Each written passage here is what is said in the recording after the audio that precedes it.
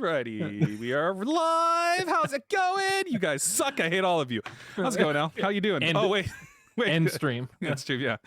Welcome to Respawn, Please, the weekly video game podcast where two dum-dums talk all things video games, from news to musings to the video games themselves. I'm your host, the solitary gamer, the lover of stories, Jesus.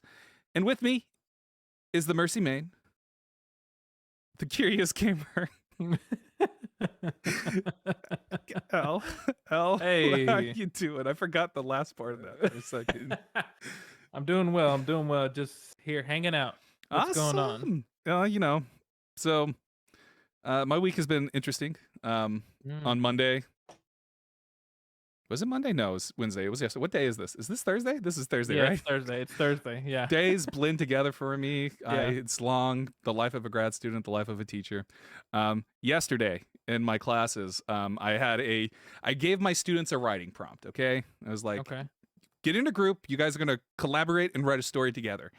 And the writing prompt was, you are the characters of this prompt, and the prompt was, person A is standing over a dead body.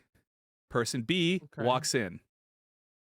That was the prompt, and the stipulations were they can't call 911 to handle the situation, and the characters have to be themselves. So it's them, but heightened versions of themselves. Oh, okay. So they did the stories, they wrote their stories, and at the end of class, I had them all share their stuff. And both of my classes, about every single group, used me as the dead body. So apparently my class wants to murder me. My students want to murder me. What the hell? I was at shock. I was just like, what the fuck, guys? What do you guys do? Why do you Holy. want to kill me so bad? But yeah, that was an eye-opener yesterday. Wow. I feel like they hate me. Wow, what a subtle message. I don't know if they subconsciously all agreed to do that. That's crazy. Yeah, it was both of my classes too. It wasn't like these classes. Oh my God. These classes are separate, so it's like, geez. After the first one, you're like, oh, whatever, it's just one, and then slowly second, third, fourth, and I'm like, oh my God, guys, stop it! They couldn't use somebody else, but they found creative ways to kill me. So, so somebody to get rid of my body, they chopped me up and took me down to Florida and fed me to alligators. It was a very elaborate thing. Yeah. So it happens, I guess. That's crazy. But oh my God.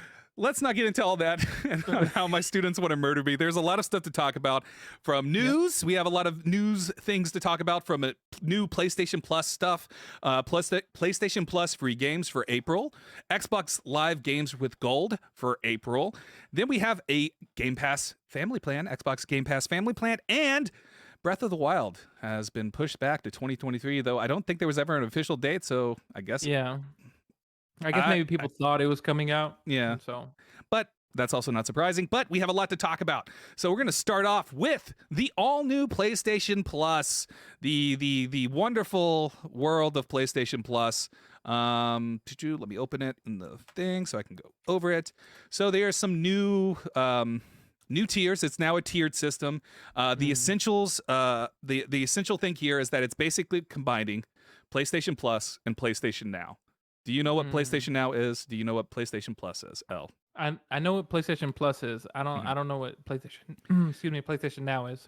PlayStation Now was, there's good reason why you don't know it, because Sony, PlayStation, they never marketed it very well. But it was essentially already a Game Pass thing. But it was never marketed. Oh, wow. It was never marketed. PlayStation never was like, hey, you need to check out PlayStation Now, like how Xbox is with Game Pass. Yeah. And so, but they're just combining the two subscription service into one entity. So let's go. I'm going to go over the benefits for each tier, because there's 3 tiers. Okay. So PlayStation Plus Essential is the first tier. The benefits are basically what you get now for PlayStation Plus. You get 2 monthly downloadable games, exclusive discounts, cloud storage, online multiplayer access. If you already have PlayStation Plus, your subscription's not going to change. It's going to stay the same. It's $10. If you're in the United States, it's $10 for a month, or $60 for a full year, which is already what it is to begin with. So not much is going to change for the Plus Essential side of things. PlayStation Plus Extra. Also, I hate this names, like Essential, Extra, Premium. That's a weird Yeah, anyways, weird kind of we'll talk tier. about that here in a second. PlayStation Plus Extra is the second tier, and you get everything from the first tier. Plus, it adds a catalog of up to 400 of the most enjoyable PS4 and PS5 games, including blockbuster hits from our PlayStation Studios catalog and third-party partners. Games in the Extra tier are downloadable for play. I also should preface this. I'm getting this from the PlayStation blog. I didn't say that at the top. My apologies for that. But essentially, you're getting now what you could say is sort of like the Game Pass. I would say this is where we start getting into the Game Pass territory. We're getting 400 games of the most enjoyable PS4 and PS5 games. I'm going to tell you right now, that's probably going to be a lie. I don't think every single one of those is going to be enjoyable. But that's whoever wrote beside that, the they're point. trying to really sell that. Yeah.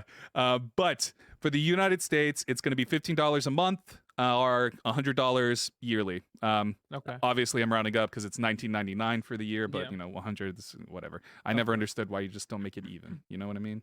Yeah. But whatever. Europe, it's going to be. You know what? I'm not even going to go into this because it's euro, pound, and then yen, right? That's what the yeah. Okay. Well, so, you know what? We're just going to talk about the United States. If you are somewhere else, I'm sorry. I don't want to get into this. Anyways, now for the tier 3 PlayStation Plus Premium. The benefits are everything that's in the previous tiers. It adds up to 340 additional games, including PS3 games available via cloud streaming. It's important to note there that PS3 games aren't going to be downloadable. You can only play them through the stream. And a catalog of beloved classic games available in both streaming and downloadable options from the original PlayStation, PS2, and PSP generations.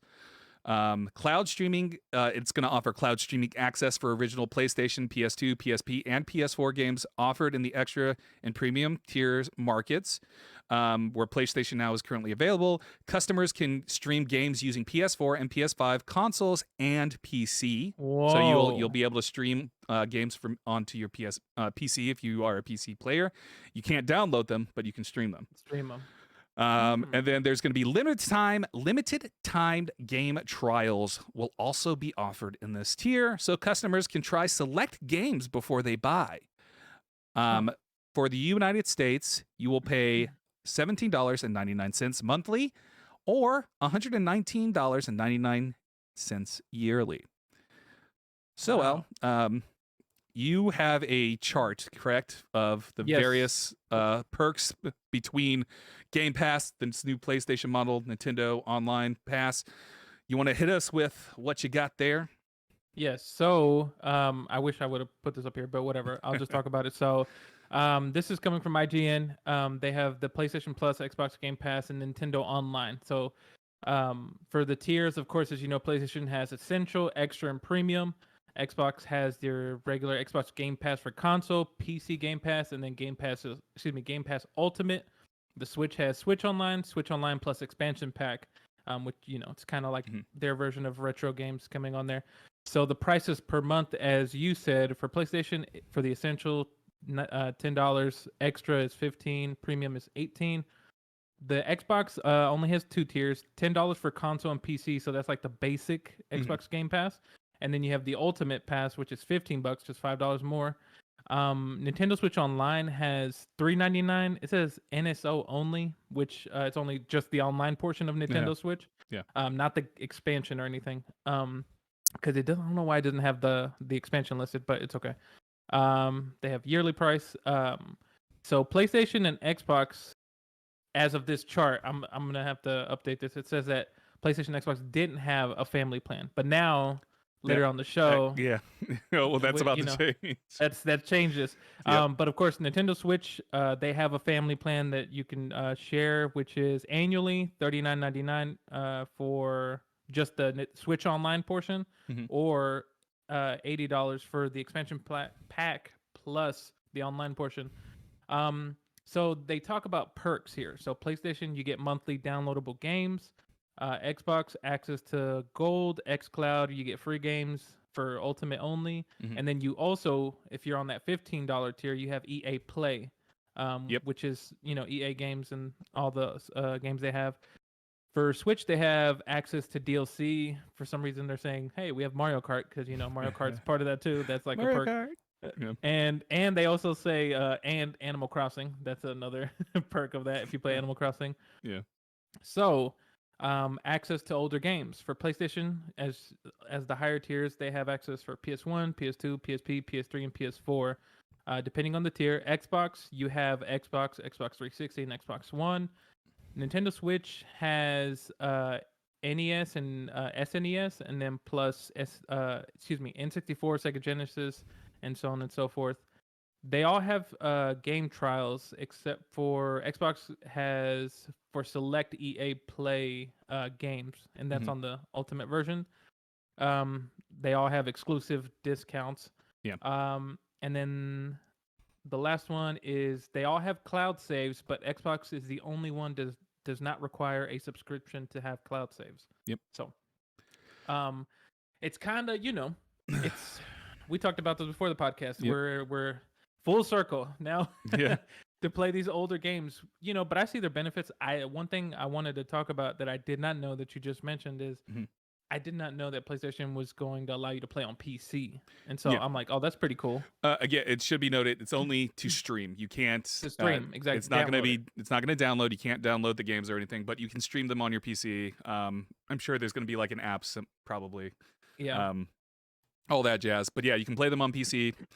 So you'll probably still need a PlayStation controller, I'm going to assume. Because if you when I try to do cloud games on Game Pass on my PC through the Xbox app and stuff, it says, hey, plug in your controller. So it doesn't recognize my mouse and keyboard. It's like, you need a controller to play this. So I do have to hook up my beautiful Elite controller. I feel like I've shown this off every stream. I know. My beautiful It's Xbox. It looks nice. It better be nice. It cost me freaking $100 and something, man. Oh, damn. Lord. Anyway, this is a PlayStation. So yeah. So how do you feel about this, Elle? How do you, once you saw the news, how did you feel? How did you go, this makes sense? Did the tier system make sense to you? Did the tier system get you excited? Do you see yourself subscribing to the third tier or the second tier? Maybe the first tier. I feel like the first tier is a given, so you can play online with people anyways, but yeah. I feel like the third tier, I'd probably sign up for that. I knew this was going to happen eventually because for the longest time, Xbox had games with gold and online and PC and everything. Same thing with Nintendo Switch. They had all their subscription services, and I was like, what's a matter of time before PlayStation does it? The tiers for PlayStation currently right now, as I'm reading this, maybe it'll make sense later, but I don't we go back to the PlayStation Plus Extra. Enjoy up to 400, the most enjoyable. Oh. Sorry, my dad was talking to me. Oh. But they say enjoy up to 400 of the most enjoyable games. I'm not gonna lie. I feel like that tier is gonna have some maybe AAA games, that everybody knows, but it's not gonna have as many as premium will, because they're gonna want you to go to premium. They're gonna try to push everybody to be like, hey, yeah, we have some games on here, but if you want to play these really great games, go to premium. And so, I knew it was coming. It's not too bad. I kind of wish they would have just done essential and premium. And yeah, I agree. I don't think you really needed to have 3 tiers. I think you could have gotten away with just the essential, because by default, I guess maybe money saving, but you're still, I don't know. I still think you should just have 2 tiers. The base tier unlocks the 400 PS5, PS4 games, and then the extra tier would be okay, you really want to play more games, you want to play some classic games, then here you go, you can play that. I'm turning on my PlayStation right now to tell you what are some of the big games on PlayStation now, right now. Okay. So let me go switch over to my monitor for that. But yeah, so the interesting thing here to note, okay, no, that's not gonna. I was playing Crysis earlier. It's still in the game. So PlayStation Plus. Is there still a Now? Maybe there's not a Now place. Subscriptions. Excuse me. All right. So must see on PS Now. This is a category that I'm looking at. They have Horizon Zero Dawn. They have Grand Theft Auto Vice City, the updated version. Oh, the update. Okay. The one that just came out a couple of weeks ago. a couple weeks ago. It was like, what? This happened a while ago, so I don't know why I'm cheating. It's like, it happened yesterday, you know? They have God of War 2018. Okay. They have WWE 2K19. Cool. They have Fallout 76, Mortal Kombat 11. They have Shadow Warrior 3, Fallout 4, Mafia 3. They have Final Fantasy X and X2. They have Farming Simulator. So these are the games that they're showing you on in the must see on PS Now category when I'm looking at it on my PS5. So, gotcha. I have never used. So I clicked on more things. They have Detroit Become Human. They have Infamous Second Son. I know on the streaming side, because you can already stream. This is again. PS Now was never hyped up. A lot of the stuff that they're saying is perks is stuff that they already did. Like they already had streaming of PS3 games because you could play Metal Gear Solid 4. You could stream that and stuff. So they already had some of these things integrated in now. It's just PS Now was never talked about. Sony never marketed, never like, hey, look, we do have a subscription service where you can play games. It was just sort of in the background, and they were like, "Hey, we have a sale. You can pay pay $30 to get a full year and stuff like that every now and then." I don't necessarily think it was $30. I think it was a little bit more expensive than that. But yeah. So they've had PlayStation Now for a while, and again, it's just they're combining it into this whole new service. So what I suspect, and what I'm expecting, is that not much is going to change on the Now side. That they're just it's just now unified in a subscription service to give the illusion of more benefits for the PlayStation Plus. But it's also smart because, again, they weren't pushing PS Now on people. They weren't saying, hey, you need this service. But now it's one of those things where, well, you know, for a higher tier, you can get all of these cool games. Yeah. But let me open up all of the store. Let me open up and see what everything they have. Because I can tell you right now, well, it's not letting me just go to... Okay, there it is. Okay, let us browse through their catalog of games right now. They have Sonic Team Racing, which was free for last month, for March, or for this month, for March. They have Bloodborne. Okay. All right. So they have Little Big Planet, which is good. And then, we start getting to I Am Bread. We get to we get down to Surgeon Simulator. We got Chicken Police, Point at Red. We got Abzu, which is good. We have Amnesia. We have Blood Bowl, which I don't know what that is. They got Bioshock, so you can play Bioshock. Nice. They have Limbo, which is Limbo's excellent game. They have Slay the Spire, which is one of my favorite games of all time. Yeah, they have good games. I'm looking through this. I'm trying to find some bad ones. Yeah. Nothing's really jumping out at me. Siren, don't know what that is. Oh, they have Arcania, the Gothic game that I was talking about last week. They have that on there. If you want to go, anybody wants to go play that game, I highly recommend it. It's a buggy as all hell game, and the combat is fucking stupid, but it's fun. I was gonna say here in the article, it says at launch that they plan to include titles such as Death Stranding, God of War, Marvel Spider-Man, Spider-Man Miles Morales, Mortal Kombat 11, and Returnal. So, ooh, nice. That's just some of them. Yeah, so they are going to be adding more games to it and making it more beneficial, or updating it, I guess. The thing that I'm interested in, that I'm on the fence on what tier I'm actually going to do, whether it's because like I think about like extra, and I'm like, well, extra is probably where I'm going to land. But if they include like my big ask is on the PS1 side and the PSP side is adding all the Persona games. If all the Persona games got put up, I would definitely go for the Persona games. I would get the third tier just so I could play through those, because there's no, other than hunting down a PlayStation, there's no real way for me to experience Persona 1, Persona 2, Persona 3 right now. So like if those games got put up there, that would be something. But like for me though, like I don't really care about playing all of the old games, and so I probably am not going to subscribe to the tier 3, because like I don't care for it. I just don't. Especially if the only way I can play them is like if they're not downloadable.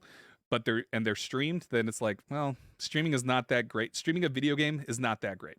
Yeah, that's what I was gonna ask you. Because I haven't had experience with that. Mhm. Is streaming? Do you struggle with like latency in that? And Yes. Oh, So okay. my experience is with xCloud on Xbox. I've tested it on my phone. I've tested it on my PC. PC was a leaps and bounds better because of the fact that it had a wired connection and everything. My Gotcha. phone, games like Gears of War and Hmm. Halo and stuff, there was a lot of latency, especially for a game that, Uh, there's a lot of shooting, you want to do fast movement. But then like games like Slay the Spire, when I played it on my phone, didn't notice it at all because it's not like Slay the Spire does not require quick reactions. yeah. So Gotcha. stuff like that worked when there wasn't like you need quick reaction or anything. Like Slay the Spire, simple, it's a card game. You can just throw your cards out, Yeah. figure that way. But like Halo, um, Gears of War, Forza is also, you can also do Forza as well. All of those felt really laggy. Forza in particular, um, got really because of how fast you're driving really fast and Yeah. all that stuff. Uh-huh. It got really like the image got really distorted, Oh, really gotcha. like buffering pixelated stuff. Yeah. And I mean, that's not to say that everyone's going to have that experience. When I do it on my PC, it's leaps and bounds better. When I do it on my phone, it's not. Um, so it's gonna really. I haven't tried it on PlayStation Now. I haven't, because I've only tried PlayStation Now briefly for like I got a free month or whatever. Tried it, Hmm. only played like 2 games and they were downloadable games, and I was like, yeah, there's no reason for me to use Now. God, man, happened again earlier. We were talking about earlier. Yeah. Sorry. I'm sorry. Um, but yeah, so like I don't know, like the cloud. I'm not completely sold on cloud gaming. Yeah. Um, the fact that there's not an option to download like PS3 games and stuff like that is a big bummer, because like on Yeah. the Xbox side of things, and on the Xbox side of things, it's an option. It is not the Yeah. requirement. You're not required to use the cloud. You can download them. You can download every single one of those games. You're not required to use the cloud. But PlayStation Now is requiring you to use the cloud, and that's not the optimal way to play, in my opinion. Yeah. I get that. Uh, Makes sense. We'll just have to wait and see because it almost feels like this is still in the even though it's coming out like soon. yeah. It's kind of like just have to wait and see. Kind of like I feel like the Xbox Game Pass kind of dealt with the same thing. I feel like in the beginning it was kind of they were figuring out how they were going to do things, and now they're kind of running with it. And so PlayStation has to go through their motions of like, okay, let's see, how do we make this appealing and make people want to come buy it. Yeah, but at the same time, like, again, this is just combining two services they already have, True. and Now was never marketed as anything. Like it was just, yeah, Yeah. you want to do this? It's there. You can use it. Um, for a while, I remember on my PS4 Pro, I would always, no matter how many times I tried to like hide it, PS Now would always pop up on my little bar on my PS4. It doesn't do that on PS5, but when you go to the store, you can see the subscription services and stuff like that. But like, just based off of how they handled Now, I also don't see them leaning in too hard into their. I mean, I guess maybe they will, since it is a tiered subscription service now, and I Yeah. guess they want to make money and entice people to go to the third tier, the most expensive tier. Of course. But I don't know. It'll be interesting to see what they do. It's already been confirmed they're not going to do day one releases. Okay. It was pretty much like as soon as they put up the blog, Yeah. Jim Ryan, the head of PlayStation, came out. I think that's his name, right? Double check that, make sure, because I have my PlayStation. Let's see. Jim Ryan is the head of PlayStation, right? CEO of Sony. Jim. Yep. Yeah. Jim Ryan. He pretty much straight up said like, yeah, right now it's not an option we're entertaining, because our way of doing things right now works, which is Yeah. charging $60, $70, $80 for the premium games, which is true. Like when you associate quality, like PlayStation games, these first party games, Last of Us, Spider-Man, all of that. We know it's like, okay, we know what we're getting. It's usually worth the $70-$60 that you're going to pay, right? Exactly. Whereas Yeah. Xbox, not to say their games are bad, but like I think it's you're more in this nebulous area with Xbox quality games, at least for right now, because we haven't gotten really too many big games. I mean, we got Halo and Forza at the end of last year, but then before that, it was like we went a good chunk of the year without anything. So Yeah. I guess Psychonauts 2, but Psychonauts 2 got put on everything, so it wasn't even exclusive to Xbox, even though it was an Xbox game. So it's an interesting thing. I mean, I am interested in seeing how things are going to develop in like the areas they can expand, because like if by chance like next year they go, yeah, we're gonna do for day and date titles. You're gonna get the next God of War right now. You're gonna get the next Last of Us right now on the day it's released. That would be awesome, and I think they would that would be the fourth tier. You pay $1,000. Oh yeah, you pay $1,000 to get all these games early. Boy, those games, if it's $1,000, you better hope they're releasing a game every week at that point. Exactly. But like, no, it's like if they did that, I could see them increasing the price of their subscription service just because of that quality aspect. But yeah, I don't know. It'll be interesting to see what happens. It's going to. I personally don't see this as a big competitor towards Game Pass. I think they're doing two very different things. I think Nintendo is doing a very different thing. I don't necessarily. I mean, you can compare them, yeah, but I don't necessarily think they're not striving to do the same outcomes. You know? Yeah, I kind of akin it to. It's kind of in the way that everybody has figured out who their audience is, and so now they're trying to cater to that audience and just kind of reinforce what people go to them for. Yeah. And so, because initially I was gonna be like, well, how can they compete with Xbox? But then really, it's not about competing. It's more so they want to just keep giving people who love PlayStation and play PlayStation games more of what they want from PlayStation. Yeah, it's trying to keep up. It's just adding value to your dedicated system, and I mean each of them does that. Xbox Game Pass is more of a ecosystem than PlayStation seems to be. Xbox wants you in the ecosystem. PlayStation wants you to play on PlayStation. Nintendo wants you to just enjoy your Nintendo. Like, of course. And like and yeah, each of them does something different. Like Nintendo, it's their family, their online expansion stuff is like pretty much family friendly. Like, yep, all those games are family friendly. They're there. You're gonna have fun with them. They're classic games. You associate Nintendo with all of those classic games that they have. Star Fox, Mario RPG, but Mario RPG is not on that service yet. Eventually, maybe. But like it's interesting, and yeah, they're just all going in different directions. And I think that's the fun thing and cool thing about this is that no matter where you're at, no matter if you're on a Switch, if you're on PlayStation, if you're on Xbox, it's awesome that you have these options. Because like. If this was a thing back when we were in high school, my mind would be blown. I'd be like, fuck yeah, I could pay. I'm gonna pay $20 for this stupid service.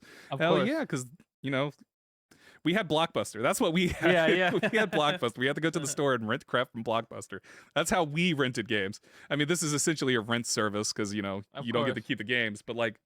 That's what we had to do if we wanted to try out games and stuff. Or it was either rent it from Blockbuster or fork over the big money and hope the freaking game is good. That was pretty much the two options that you had back in the day. I guess they had game demos, but the game demos don't always tell you the quality of the game.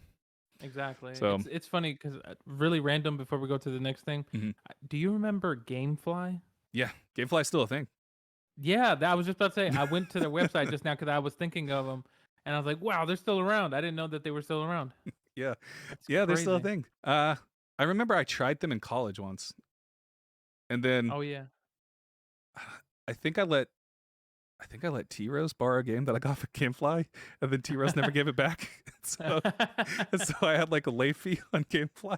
Oh my god. But I can't remember what it was. But yeah, anyways, I think I let him borrow Fable or something like that. Anyways, it's not important. This happened a long time ago. If you see T-Rose, tell him I need Fable back because I need to send it back to Gamefly. Do you think they would take it like 10, 12 years later? Be like, oh yeah, we've been waiting for this kid to come back. Well. Anyways, all right. So, anything else you want to add on to this? I know I talked a lot, and I was probably talking in circles. Big word salad on my part. No, you're good. I think you summed it up best. Where it's exciting that everybody's going in their own direction, and it gives us gamers more to be able to, just explore, and I like that. And so it's a bigger playground. So I like that. And like, I know like a lot of people go, well, you don't get to keep these games. You don't get to keep the games. And it's like, yeah, great. But like, that's fine with me. It's less clutter for me to deal with.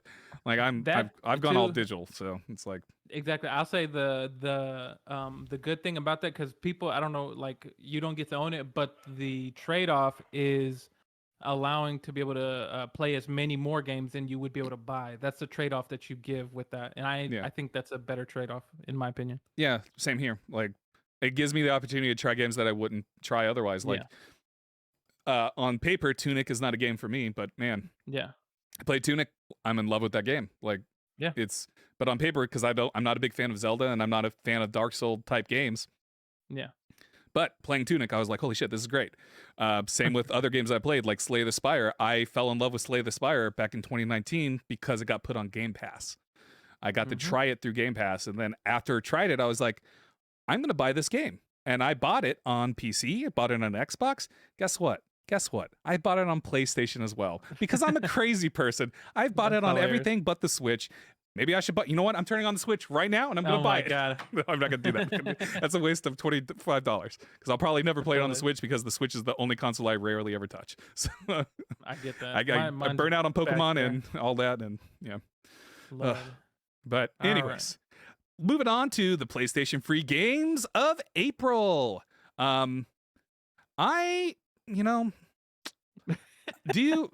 Do you have PlayStation Plus? Do you utilize like the free games on any of the like Xbox or PlayStation or anything like that? I know for Xbox, games with gold, I do. Not so much PlayStation. No. I do. I guess I don't know if you would consider this kind of like the Nintendo Switch. They have like the Super Nintendo games and stuff, and I'll play that from time to time. Yeah. I like playing like Donkey Kong Country and all that. I love those games, and so I'll play those from time to time. Nice. But mostly Game Pass. Yeah. So for PlayStation Plus games for April, there will be available starting Tuesday, April 5th. You can get Hood, Outlaws, and Legends. Hood Outlaws and Legends. In this intense online multiplayer title, rival gangs compete in daring heist to hit the wealthy where it hurts. One of the different game modes is State Heist, a full co-op PvE mode where teams control spawn points to recuperate as much gold. What? Did I say that word wrong? Recoup as much gold as possible. Gold Rush PvE mode, however, 2 teams of 4 players battle it out in an attempt to execute the perfect heist, stealing and extracting treasure while fighting each other and the AI guards. Equipped with unique skills and mystical abilities, each character moves in stealth to steal treasures unseen. It's up to you to recruit your band of outlaws, master formidable fortresses, and outplay your rivals. Does that sound appealing to you? I know I stumbled over there. Not really. It does not. I'm going to tell you right now. It's not good. Oh, well. I whispered it because I want to. I whisper that. I've seen people play it. And I'm going to confess something. I did buy it. Whoa! I bought it on PC, and I hated every second of it. And luckily, I played for an hour, and Steam is like an hour and a half or something like that, and so I was able to get a refund. Anyways, I played it for a little bit. It's like, this is the worst thing I've ever experienced in my life, and I'm gonna get it back. I'm gonna get a refund because it was a buggy mess for me, at least when I was playing when it first launched day one.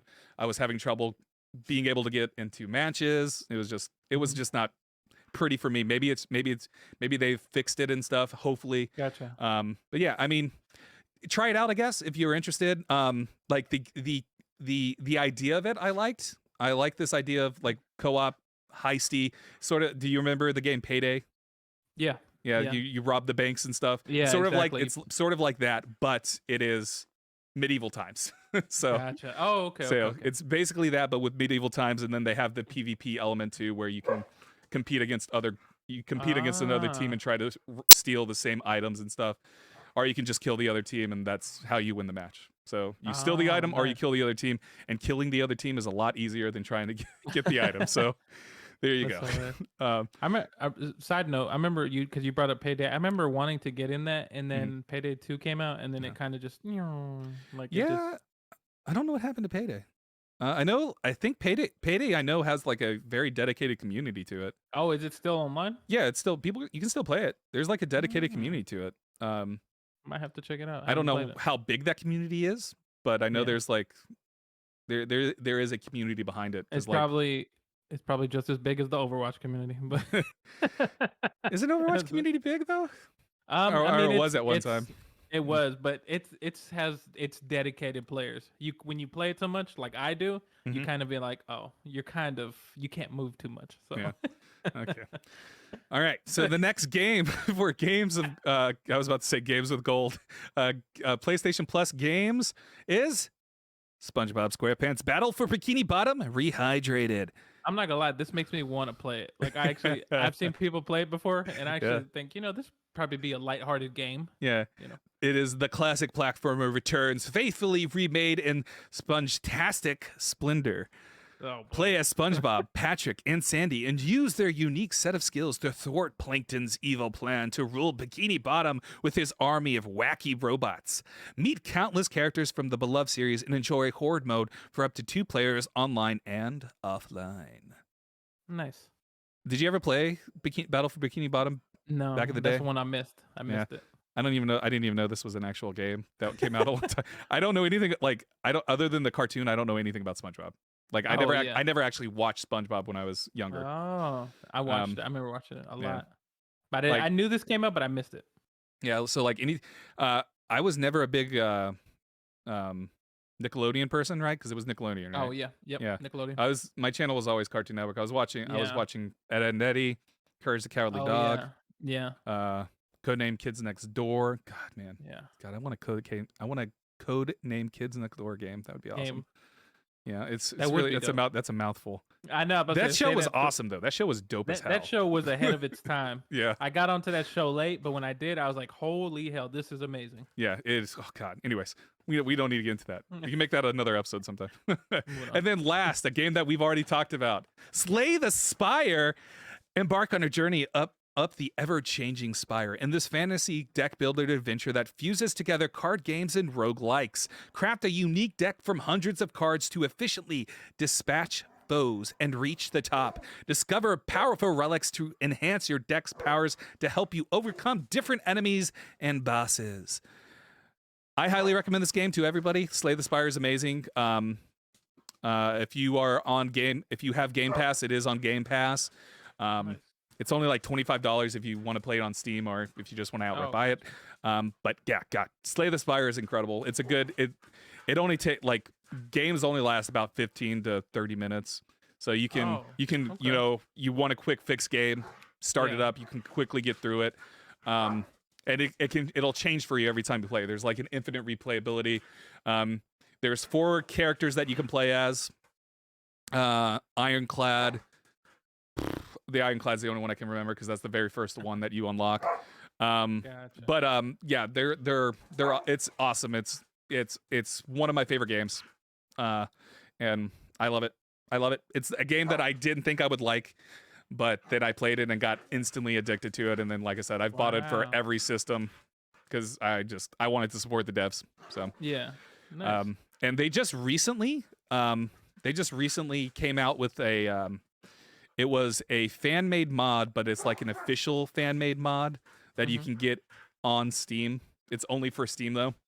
Oh, okay. But it's an official fan-made mod that like the the creators of Slay the Spire like endorsed and all that stuff. Gotcha. And that Nice. I haven't tried it yet, but they added a boss mode where you can play as the bosses of the game, and you can go through the Spire as a boss rather than just the heroes that you play as. Gotcha. But yeah, it's an incredible game, so I highly recommend it. So are you gonna try any of these games? Do you want to play any of these? I know I want to play SpongeBob Battle for Bikini Bottom, just to kind of like if I want to have a lighthearted time. Won't be playing Hood. I'm okay on that. And maybe I'll try. You might love it. You might love it. Maybe I'll try Slay the Spire, because that also seems like if it's quick games like that, sometimes you have certain days when you're really busy and you're like, I want to play a game, but I don't have time to sit here for like an hour or however many hours. You can just jump into that. So yeah, there's to put this in perspective, there's a achievement trophy that is like beat the game in 20 minutes. Get to the end of the Spire in 20 minutes. So it's fully possible. It's very hard to do. I'm going to tell you right now, it's very hard to do that. But that is a thing you can do. I think my quickest time that I've gotten in that game is about, I think 15, 16 minutes where I got to the end of the Spire. And that was like a dream run for me, because I was playing the robot guy. I can't remember his name. He's the blue character though. And he is a lot of his stuff is like damage that you do at the end of his turn. So you try to like boost up these little lightning things that he has to do damage to the monsters and everything. Anyways, we don't have to get into it. It was a dream run for me, and I was like, oh my God, I can't believe I did this, because I had fully given up at that point of getting to 20, getting below 20 minutes. But yeah, anyways, before we move on over to Xbox side of things, just a random note here. PlayStation Spring Sale has begun. It's being done in 2 parts, which I found interesting. So part 1 is started yesterday, and it's going until April 13th. And then part 2 is starting April 14th and is going until the April 27th.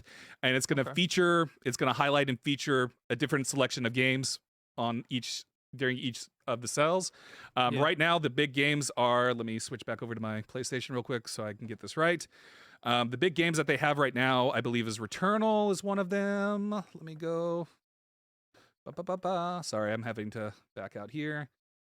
Nope, give me the deals. I just need the deals. So it's Destiny, Witch Queen, Ghost of Tsushima, Spider-Man Miles Morales, Sekiro. They have Red Dead Redemption 2, NBA 2K22. So yeah, those are like the big games that are being featured right now. And they're going to have a new round of features and discounts and stuff on the 14th. So if you want to get some of those games, get them now. I already bought what did I buy earlier today? Oh, I bought Scarlet Nexus, the Ultimate Edition. Scarlet Nexus is a Japanese RPG. Not 100% sure why I bought it, because it's on Game Pass, and I've been playing on Game Pass, but I bought it anyways because I was like, it's a good game. I'm enjoying it. And then I also bought all 3 Crysis games because I like the Crysis franchise, and so I was like, I'll just buy it on PlayStation and play it. Nice. So we'll see what on the 14th, what new games they have on the 14th. But going back over to Xbox World now, we have Xbox Games with Gold for April. It is not as an exciting. Not really. It is. I'm just gonna say this. Xbox Games with Gold has been very bad for a while now. I don't think they've had a good month in a long time. I can't remember the last good month. But new games with gold for April 2022. You have another site. It's available from April 1st to the 30th. Another site switch between 2 characters, the intrepid teen Kit and the mysterious red-furred cat Hodge, as you explore the late Victorian era London. Ooh, that speaks to me. And the steampunk fantasy. Ooh, that even speaks to me even more. Platform adventure with an emphasis on culture and character, and packed with historical cameos. Another site focuses on the emotional development of the relationship between its 2 protagonists as they rely on each other to traverse the cleverly designed levels. Does that do anything? There's keywords for me there, which was Redford Cat, Victorian era London, and steampunk. Those were the keywords for me. I'm into it now. Oh. This is the best month ever. For me, I was just saying. For me, I liked London, steampunk, and platformer. Ugh, platformer is the one that made me go, nah, maybe not. I've never heard of this game, so I'll be interested to see. Is this like a new game? Can you look that up for me real quick to find out when it's Yeah. out? I'm gonna go on to Hue. Hue is going to be available April 16th to May 15th. Hue, unlock a world of colors in this beautiful platform puzzler. Search through a gray world for your mother, who has turned an impossible color due to the fracturing of the annular spectrum. Find the shards and make obstacles disappear to reveal new pathways and more puzzles. The further you go, the more colors you unlock, and the tougher it gets. I have played this game before, so it's all right. Is this kind of in the limbo area? Yeah, Kind of. Yeah. Okay, gotcha. And then you add color to it. Oh, gotcha. Update. Another site came out in 2018. Metacritic score was 56%. All right, not gonna try it. Don't care. All right, let's move on to Outpost Colloquy X. This is a weird name. I'm interested. Look this game up for me. Let's Look see. it up. Outpost Colloquy X. Outpost Colloquy X. Available April 1st to 15th. Outpost Colloquy X. Build your intergalactic tycoon empire. I'm into it. You said tycoon. You said empire. You said intergalactic. I'm in. When life gives you lemons, blast into space and start selling lemonade. You've sold me. I don't need to read this anymore. I've been sold. What is the Metacritic score? Metacritic 77. Okay, I'm playing it. This is the best month ever. I thought it was going to be for another site, but nope, it's for Outpost Colloquy X. And let me finish reading those synopsis that Xbox blog has. And while you're at it, why not add it on an arcade, singles bar, or whatever your entrepreneurial big tycoon brain can cook up? Keep the aliens happy and rake in the cash. That sounds cool. I'll give it a try. It sounds pretty cool. I mean, to be fair, I claim every game that comes out for free on both PlayStation and Xbox. I claim everything because you never know. Maybe I'll get the bug. I'll be scrolling. It'll be one of those days where I'm like, what do I want to play? I don't want to play Mass Effect for the 1,000th time. Maybe I'll try this Outpost Colloquy X. That game came out in 2004. So it's a little older, but it got a great rating. So yeah. All right, and next up is MX versus ATV Alive.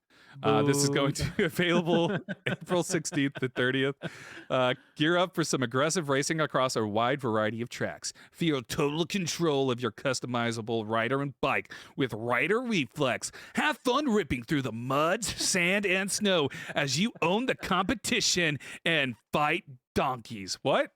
What the heck? That one I added. I added that part. That's not actually part of the game. Gotcha. Yeah. I was like, whoa. That would be amazing and fight donkeys. What? Evil donkeys.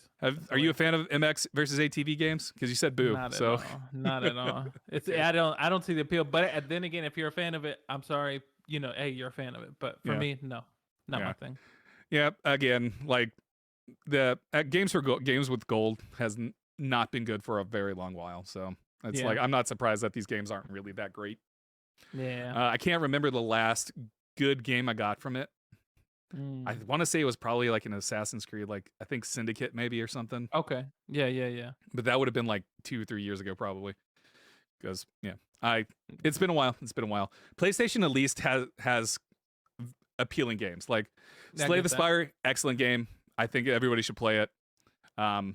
Hood, Outlaws, and Legends, and then I'm indifferent towards SpongeBob, but like Slay the Spire, I will say is probably the best pick of like out of both services for the month of April. I would say that. Slay the Spire is the best one. It is what it is. I will say PlayStation tends to have better options in their games. So and like I said, everybody's doing their own thing. Xbox is the place for a lot of indies, and so so you kind of. You have your places to go to for what you want. I just burped. Hopefully nobody heard that. All right. Xbox Game Pass is getting a family plan. I can't speak. So over on Windows Central, by an article by Jez Corden, just goes into the Xbox family plan. He states, I've heard about Microsoft's desire to create a family plan quite a while ago at this point, although there were details to work out about how royalties might be distributed and how licenses from third-party publishers would be compensated for users who weren't attached to the main plan. According to trusted sources familiar with Microsoft's efforts, we can now confirm that Xbox is moving ahead with an Xbox Game Pass family plan, which could be set to launch sometime this year.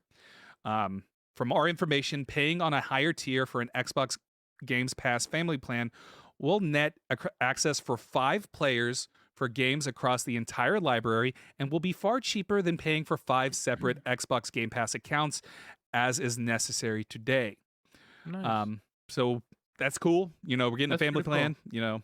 I think that's awesome, especially if you because this is, if you have a household, if you have, you have kids and everybody wants to play Game Pass and stuff, it's a real nightmare to try to navigate that, because the owner of the Game Pass, whoever is the main account for the Game Pass, has to be logged in for the other accounts on the Xbox to utilize that and all that jazz and stuff like that.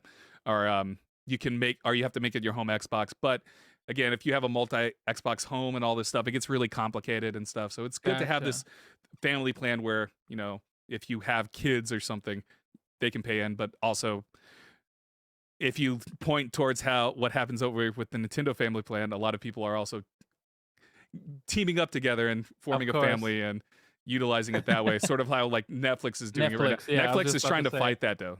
Have you seen that stuff with Netflix? Is yes. No, you can't do that. No. Crazy. We're gonna charge you extra if you do that. Crazy. So, which is really bizarre. Anyways, but there's people are savvy and find ways to make it work for them. You want to do that, Al? You want to get a family plan? Me and you jump on the same plan. Actually, I was thinking about that. That'd be cool. I wish that'd be dope for PlayStation to do. They don't. Or wait, are they? They're not. No, doing PlayStation. There's nothing on the PlayStation side for that. Yeah, I think it's cool. It's nice, and like I said, it's good if you get a bunch of friends and just do a family plan and just keep your friend group only to 5 people. You cannot have more than 5 friends. Exactly. That's it. It's you and 4 other people. Anybody else, you kill them, murder them, throw them in a ditch somewhere. They're no longer your friends. They don't exist in your world anymore. Oh my god. Oh my god. That's it. Don't have more than 4 people in your family. You and 4 other people. Again, kill your family if you have more than 4. Oh my god. Don't do that. I don't endorse that at all. Don't do that. I'm not serious. Okay, please don't do that. That's hilarious. And then finally, for the last bit of news before we dive into the big topic of discussion this today, we have Breath of the Wild is being delayed. Breath of the Wild 2 is being delayed to 2023. It came out in a wonderful little video. I was like, man, they put some production value in this announcement for delaying, for announcing that, saying that, hey, it's coming out in 2023. Sorry, my dog is barking. Give me a second. Okay, yeah, no. So for those of y'all who are wondering, I have it here, the producer of the series, I might mispronounce this, I apologize. Eiji Aonuma, announced that basically the Breath of the Wild 2 is being postponed to spring of 2023, so next year. They did show off, I don't know if it was previously seen, a clip of basically the game. It was it was new footage, I believe. Oh, okay, so new footage from the game. That's what he showed. By the way, we were saying earlier, the announcement was very cinematic and very him walking from the shadows out. It was really good. It was really good production. It was good. I was like, wow, Nintendo knows how to do a cinematic preview. But they showed off new footage and they talked about basically saying that, of course, they want to make sure that the game is perfect and not rush it, which I understand and I respect it. It's always, I can't remember who said it. I know it's someone from Nintendo. I think that it's better to have a delayed great game versus a rushed bad game, or whatever that quote was. And so now, if you're into Zelda Breath of the Wild, you'll have to wait until spring 2023. But I assume and I think that it'll be worth the wait if you're a big fan of Zelda. Yeah, I figured this was going to be the case. I've said this several times on this podcast, I believe. I never saw this coming out this year at all. Yeah, it was always it's probably going to be 2023. And so doesn't do anything for me because I don't care about Zelda. But I know I saw a lot of people make the comment of, "Well, you just paved the way for Elden Ring to get Game of the Year." And I'm like, whatever, guys. Whatever. That's a weird argument to thing, have. yeah. If we're like, does it really matter? Does it really matter? Anyways. Yeah. I was speaking of that before we go on. I wanted to say that I think that as soon as they announced it, I was like, oh, then I wonder if next year Zelda will be Game of the Year. Yeah. The new And Breath I of the mean, Wild. very possible. You know, it's going Yeah. to be very high chances. Watch, it's going to come out in February. It's going to fail. It's going to get ones. No, I'm kidding. I don't. It's probably going to do really well, and it'll probably be the people will talk. love it. So the only other game that now is in the ether is God of War. Oh God of yeah, War. that's right. That's right. Yeah. You know, so God of War. We'll see. We'll see if that comes out this year. We'll see if that comes out this year. I'm gonna say it now. It's gonna come out like in November, late November, I think. Late November. Post after Thanksgiving or before Thanksgiving, or during Thanksgiving. Oh, I'm gonna say post because they're gonna want to go into that December rollout. Yeah. So it's like at the very end. So in between holidays. Yeah. Okay. And I then can see it. I can see it. Then what's gonna happen is because this whole time, most likely, is Elden Ring's gonna have still all this like, wow, it's such amazing. God of War comes out, people forget about Elden Ring. They're like, God of War, blah blah blah blah, and try to. Well, like I know for like for the Game Awards, you know, the one that gets like produced and gets a big hoo ha ha. They have like a cutoff day of a certain day in November where they won't. If a game comes after a certain date, they won't before judge the it. date. Yeah, it'll come out before the cutoff date. Because like Before the the idea cutoff is date. like you want to get the idea behind it, from what I understand, is to like give reviewers enough time to actually critique the game and stuff. And so gotcha. that's why not last year, but the year before, Star Wars Jedi Fallen Order wasn't nominated, and a lot of people were like, but that was the best game that came out in 2020 or 2019, whenever that year was. And then last year, well, I don't think the year before, 2020, Cyberpunk also didn't meet the dang. And granted, I don't think that probably would have been nominated with all the issues that it had. But yeah, it did get nominated last year for Best RPG in the Game Awards. Did not win. Tales of Arise won, I believe, which is good. Tales of Arise was good. Nice. I might have I don't know if Tales of Arise actually won or not. I think I might have just made that up. Might have been something else. But yeah. So nice. We'll see what happens, you know. But yeah, it's gonna be interesting. I was not surprised at all when I saw that trending on Twitter, and I went and watched the video. I was like, yeah, this makes sense. Makes perfect sense. Yep. All right. Anything else you want to add to that? No, that's it. I'm just excited. Because now it kind of, besides God of War, it kind of leaves this open field for so many other games, and they're great games to come out. And so I'm excited to see what happens, because now you're kind of like, when you have less, this might sound weird to say, but when you have less big games like that, it kind of has this open field of like any game can come out and just be amazing, and kind of not knowing what's to come. So I don't know if any of that made any sense, but no, it makes sense. So right now, what I'm doing on the dock, if you scroll down, I'm making the list here. I'm going to do years too. I left out an L. I'm sorry. You're fine. All right, so now, 78. This is the definitive list. This is the top 10. The top 10 games of all time. We have two separate lists here though. But they alternate between days. Yeah, they alternate between days. I don't know why I did 1, 2, 3, 4, 5, because we're gonna start at 10. We're not starting from the top. So, Elle, I want you to go first. Because I am okay. I am so curious about Let me pull up my list. you're saying. Yeah, I gotta pull up mine. You're too. gonna be like, what the hell? Where the hell did I store this stupid list? Some bullshit. All right, so number 10, coming in on number 10. I have a variety of games, and make sure you type it in too. Number 10 on your okay. thing, too. All right, but you can say it out loud, and then. So I'm gonna type the first letter. I don't know if you're looking at the document. Oh yeah. Let me look. What do you got? Borderlands. No. Bayonetta. No. Boltoid. You're gonna be like, I don't even know if you're gonna remember this game. Yeah. But I remember fond Beyond memories Good and of Evil. This game. No. Okay. You're So my number 10 is whoops. I have no idea what that is. I don't know what that is. So Say for the those, audience. because you can't see it, but my number 10 game is Bloody Roar 2. If you don't know what that game is, it's a very older game. Think Tekken-esque, but the difference is that it's these people that can transform into animals, and it has like a little story into the arcade mode, Mm-hmm. and everybody has their think Tekken, everyone has their own story of what they're trying to do and stuff. But I remember playing this game, and the transformations in the animals was just so cool. I thought it was so dope. And it's such a simple game to pick up and play. So many cool characters, so many cool like animals and special moves that you can do in there. Classic fighting game to Oh my me. god, this I is love like that this game. is just Tekken. They have a freaking tiger guy and everything too. Yep. I'm looking at Basically- screenshots of this. Oh yeah. This is just Play a Road Tour. ripoff. This is bullshit. It was for I love this PlayStation. game. It was for PlayStation. Yep. Nice. Love this game. Never heard of it. I- Never played it. Now that I think about it, they actually did a PS2 they brought it back. Let me see. Hold on. I actually have to look. this So up. my question here for you is, if this is Yeah. one of those games that gets put on the premium tier of PlayStation, would you be excited? Would you be like, hell, fucking yeah? Oh yeah, Because it's a PlayStation 1 game, so it could very Exactly. possible. Oh, there you go. They did bring back the series for PS2. It's called Bloody Roar 3, but I don't remember it being as good. Oh man, we're gonna get the Bloody War whole. We're gonna get all of them on the premium tier. Watch. Oh, crazy. Watch. All right, But that's my number 10. that's your number 10. All right, number 10 for starting off me. light. Number 10 All for right, me. Let's see. Okay, H. Okay. H. House of no. House of, No. H. What's on H? Half-Life. Half-Life 2. Nope. Hades. It's Hades. Hades came out came out in 2020. Yeah.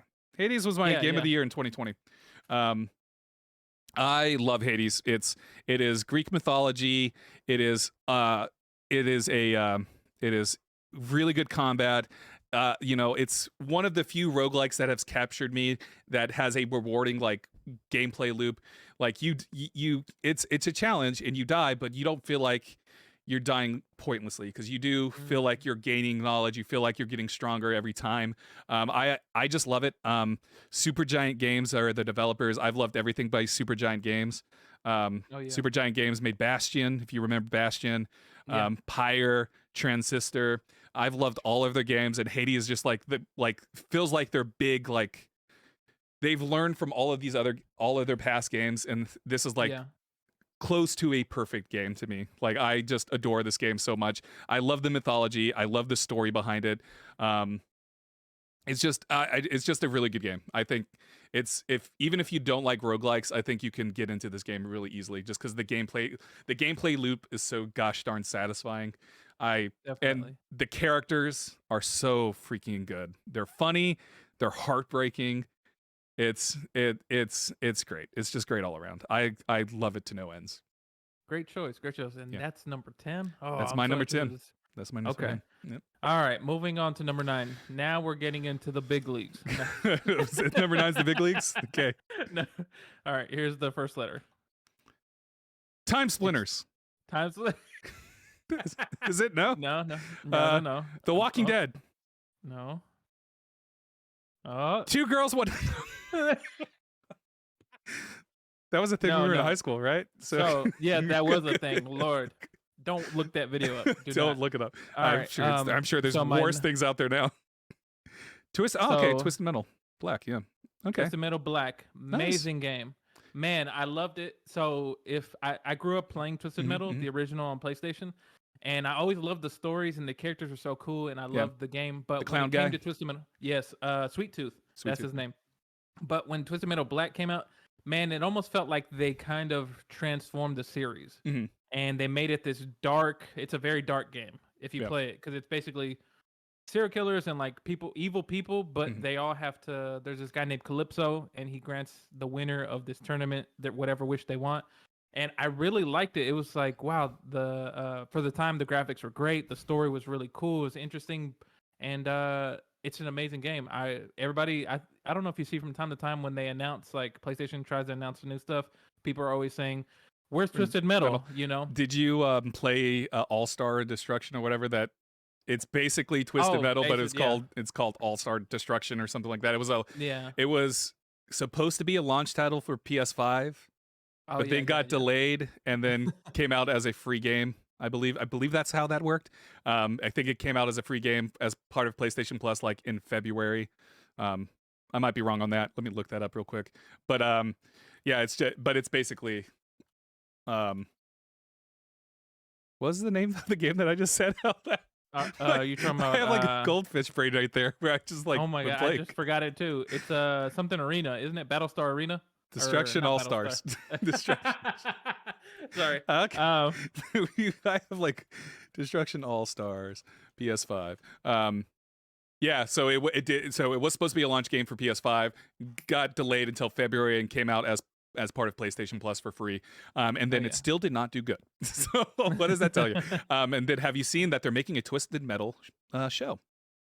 Oh, they are? Starring Anthony Mackie. You know who Anthony Mackie is? Yeah. He's the new Captain America.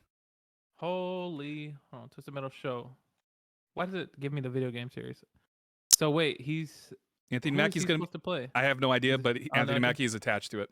Man, this makes me excited because it definitely. Yep. I think a TV show would be better than a movie, Mhm. definitely by hands down. Yeah. And so, I'm interested to see what they do because I love the series, I love the characters, and I'm excited to see what they do with it. Yeah, but yeah, Anthony Mackie, the new Captain America. Nice. I just spoiled it if anybody didn't watch Falcon Winter Soldier. Anyways, go watch it. All right, so for me, I'm gonna type in the first letter. First letter is M. M. This one's gonna piss people off. I know it. Oh, this is my number 9 though. This is my number 9. I love it. I was gonna say Mario Kart, but no, it's not. God, no. You wouldn't put that. God no. I never put Mario anywhere near the top 10. Um, Mario wouldn't even probably crack the top 50. Probably not even the top 100. No. Mario games suck. Let's be real. Hot take. No. M. I'm trying to think. No games are coming up with the letter M. What is it? Mass Effect. Whoa. Mass Effect 3? Oh, Mass Effect 3. Yes. That makes more sense. This is the only Mass Effect that is in my top 10, by the way. Whoa. I love Mass Effect 3. It's my favorite of the series. This is going to big contention here with Mass Effect 3 because people say it's the worst one because the ending sucks and all this other crap. Yeah. But the thing they tend to overlook is that one, the combat is the best in Mass Effect 3. When you look at the trilogy as a whole, it has the best combat, and two, it has the best sort of journey that you go on. You get payoffs for characters that, you have cultivated these relationships through Mass Effect 1, Mass Effect 2, but then you get these big, beautiful moments with all these characters. One that always resonates with me, well, there's two moments that always resonate with me every time I play it. One is when you, towards the end of the game, you go out and have a little time, spend a little sweet, beautiful moment with Garrus. When I first played Mass Effect 3, when I first played through the Mass Effect trilogy, Garrus was never a character that I loved. He was a character I liked Garrus as a character, but when I compared him to like Rex or Thane or Mordin or Legion, Garrus was always at the bottom for me on like characters that I thought were cool. But in this moment, it's you and Garrus are just chilling. He takes you to go, hey, let's go see who has the best shot in the galaxy. Is it really you, Commander Shepard? And you all basically go to this little place on the Citadel, and you're throwing bottles in the air, and you're shooting the bottles and stuff. And the dialogue is what hits me, man. It's like Garrus goes, we've been through a lot together, haven't we? We've been through so much together. And it's like, oh my fucking God, yes. And it's in that moment made me realize, holy shit, Garrus is my fucking best friend. This dude, like, he's been my best friend. He's one of two characters that is with you through games consistently. He's always there, always has your back. And it's just one of those things that it made me cry. It was just like, holy fucking shit, this is a beautiful moment. The other moment in the game is when you have the big choice of saving the Geth or saving the Geth or saving the what the fuck is Tali's race called? Quarians. Saving the Quarians or saving the Geth, because the Geth and Quarians are in this big war together, and you can side with the Geth, you can side with the Quarians, or you can just, be like, hey, everybody play nice. But you can only do that. You only have that option of bringing peace if you are like maxed out on your Renegade or your Paragon points. So if you're not maxed out or if you're not at a certain threshold, you have to sacrifice the Quarians or you have to sacrifice the Geth. If you sacrifice the Quarians, Tali kills herself. She commits suicide. Oh. And it's one of the most heart-wrenching things ever because she's like, I can't believe this. My race is dead. I have nothing to live for. And she kills herself. It is heartbreaking. It punches you in the stomach and goes, God damn. And so it's things like that. When I say Mass Effect 3 is my favorite, it's because of moments like this. It's because there's so many like payoffs that you get throughout this game. The journey is just incredible. And sure, the ending is lackluster, but what the fuck ever? Because I enjoyed everything else about it. Like everything else about it has resonated with me. And I talked a long time about Mass Effect 3. I'm sorry. No, Let's go to number 8. Number 8. All right. Let me look at my list. Okay, so I don't know if you'll get this. Starts with a J.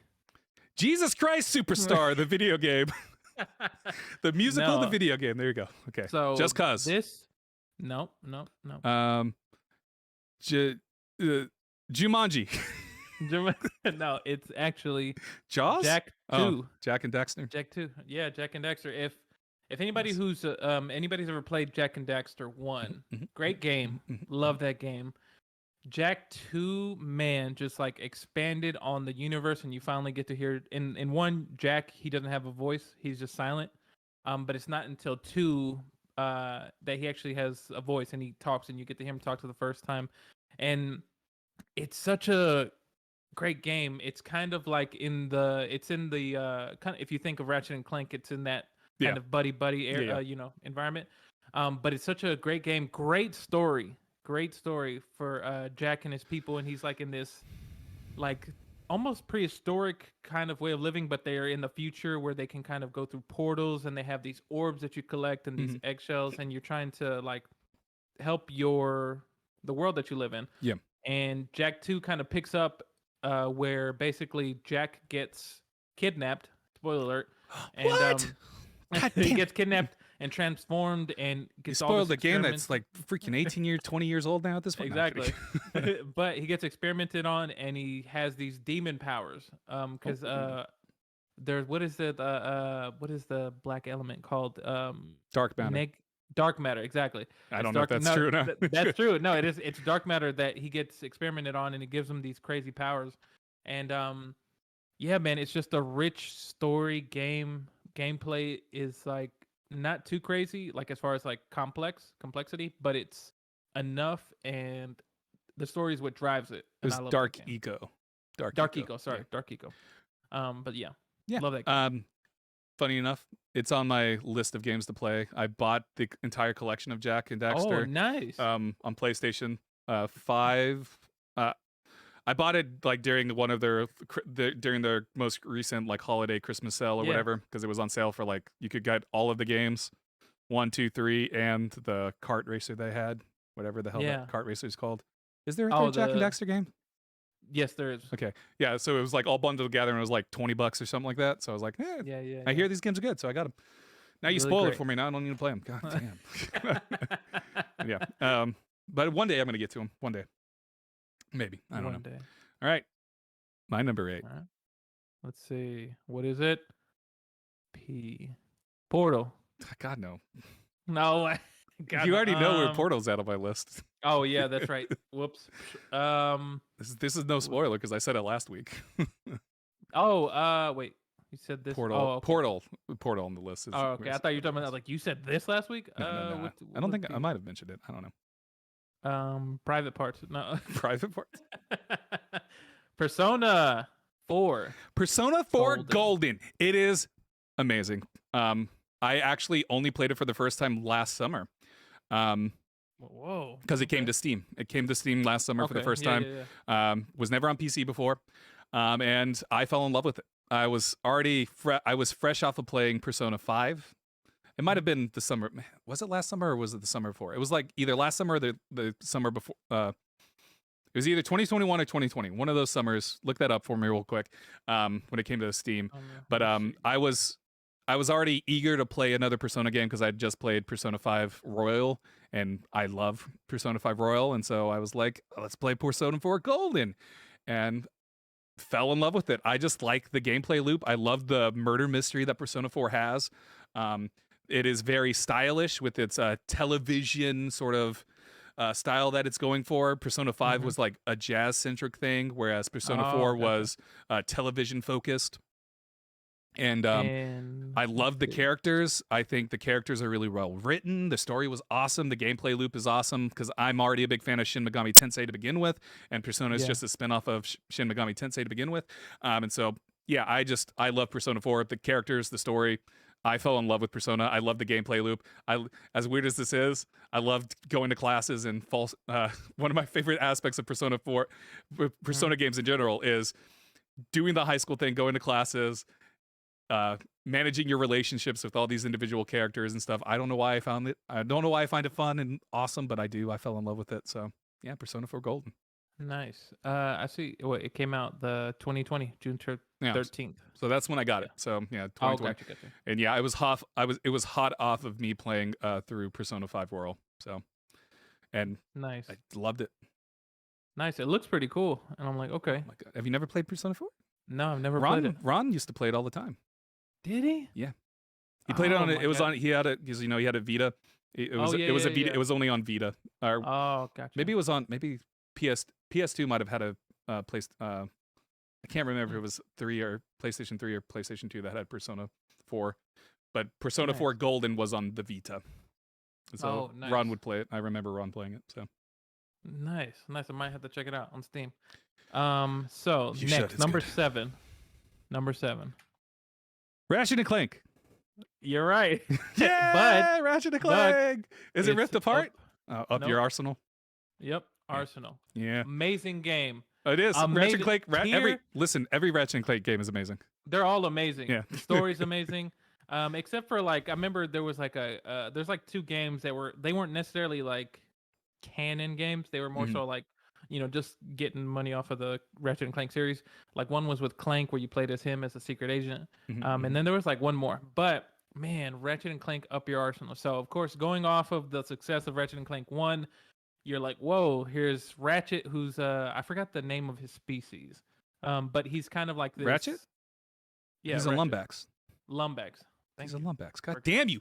Show some respect to the Lumbax, damn it!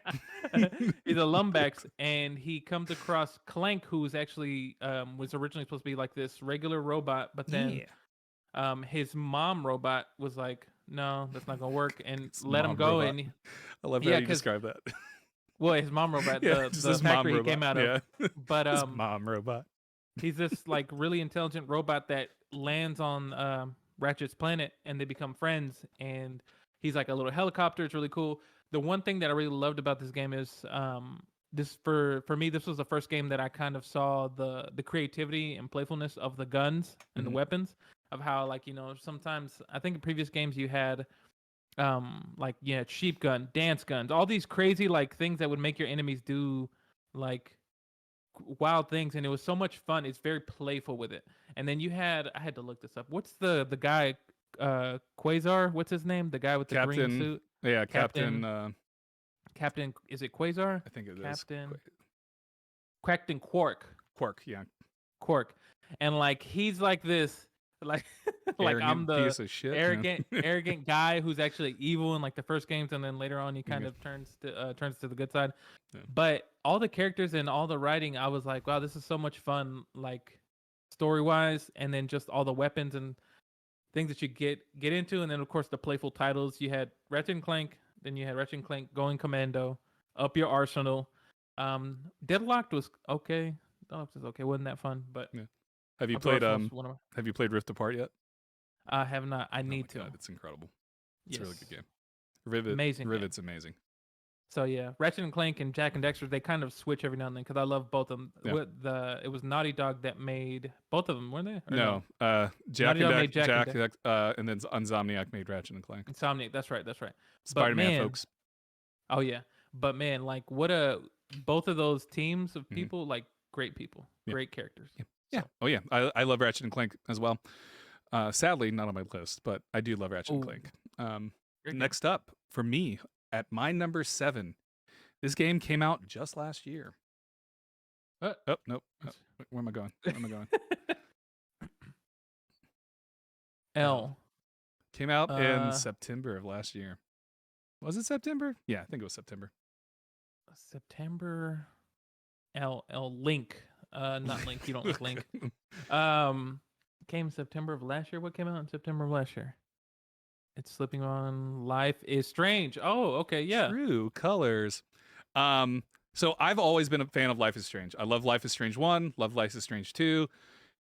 Life is Strange 3, True Colors, when I first saw the stuff, because Life is Strange is basically the characters have powers. It is basically like a choose your own adventure, think like The Walking Dead, Telltale games, think like that.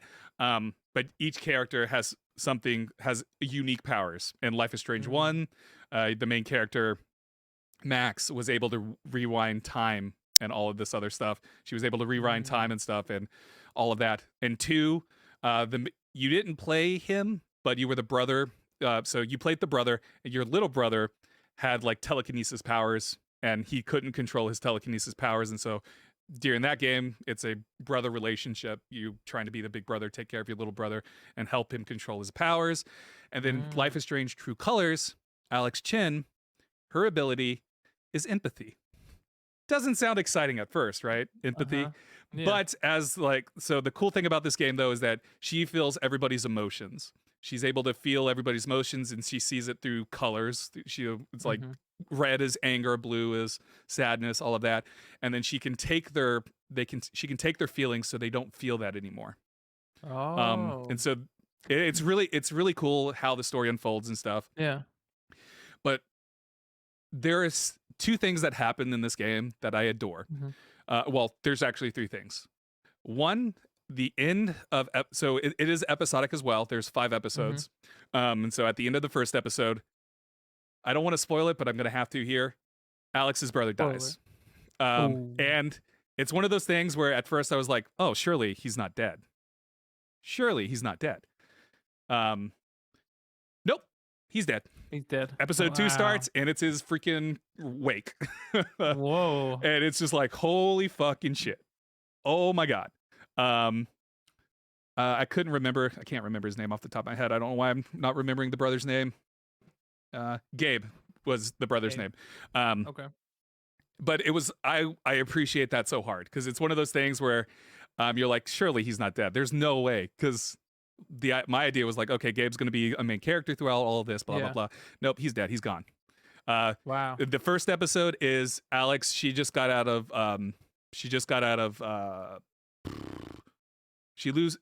of foster care, and she's going to live with her brother, who lives in this small town in Colorado. She's going to go live with him. Gabe is super excited that she's going to come live with him. She's, you can play it like she's excited, or you can play it as if she doesn't care. So it's your options. And yeah, so it's like, holy crap. And then as the game progresses, the big theme of the game is finding your place, finding a place that you can call home. And so depending on how you play it, you can slowly build relationships in this small town. As you try to cope with the loss of your brother, you form new relationships with all of these townspeople. Episode 3 does an incredible twist where it turns into a full sort of turn-based RPG game, where the game it is actually, because one of the characters loves LARPing. Okay. And he's a little kid, and so the whole little town makes this big thing because Gabe was basically like a stepfather to him, and so the kid was very sad and stuff, and so they were helping him cope with all of this, and it turns into this turn-based RPG that you're going on and stuff. It's really cool. It's really awesome because the art style changes and stuff like that too, and it's just really cool. That episode 3 was the highlight of the whole series. And then episode 5 brought me to fucking tears, dude. Secret, this is not a secret. I get very emotional and very attached to games. It's very easy to make me cry. But the message of episode 5 in the last moments when you are with Ghost Gabe, because Ghost Gabe shows up, he's like, hey, how's it going? I haven't been dead this entire time. Haha, I'm a ghost. Woo! No, that's not what happens. But Alex is sort of just reflecting on everything that has happened to her up to that point. And she's debating if she needs to leave town or she should stay. And Gabe basically says, it doesn't really matter what you choose, because all that matters is that you go on this journey. All that matters is that you tried. And that's something I needed to hear and at that particular moment in my life, and it brought me to tears. It might have been a combination of things too, because I just watched the Razorbacks beat Texas A&M, so I was high on that, and then I had this, and I was just like, oh my god, I'm so happy my Razorbacks won. This game has brought me to tears.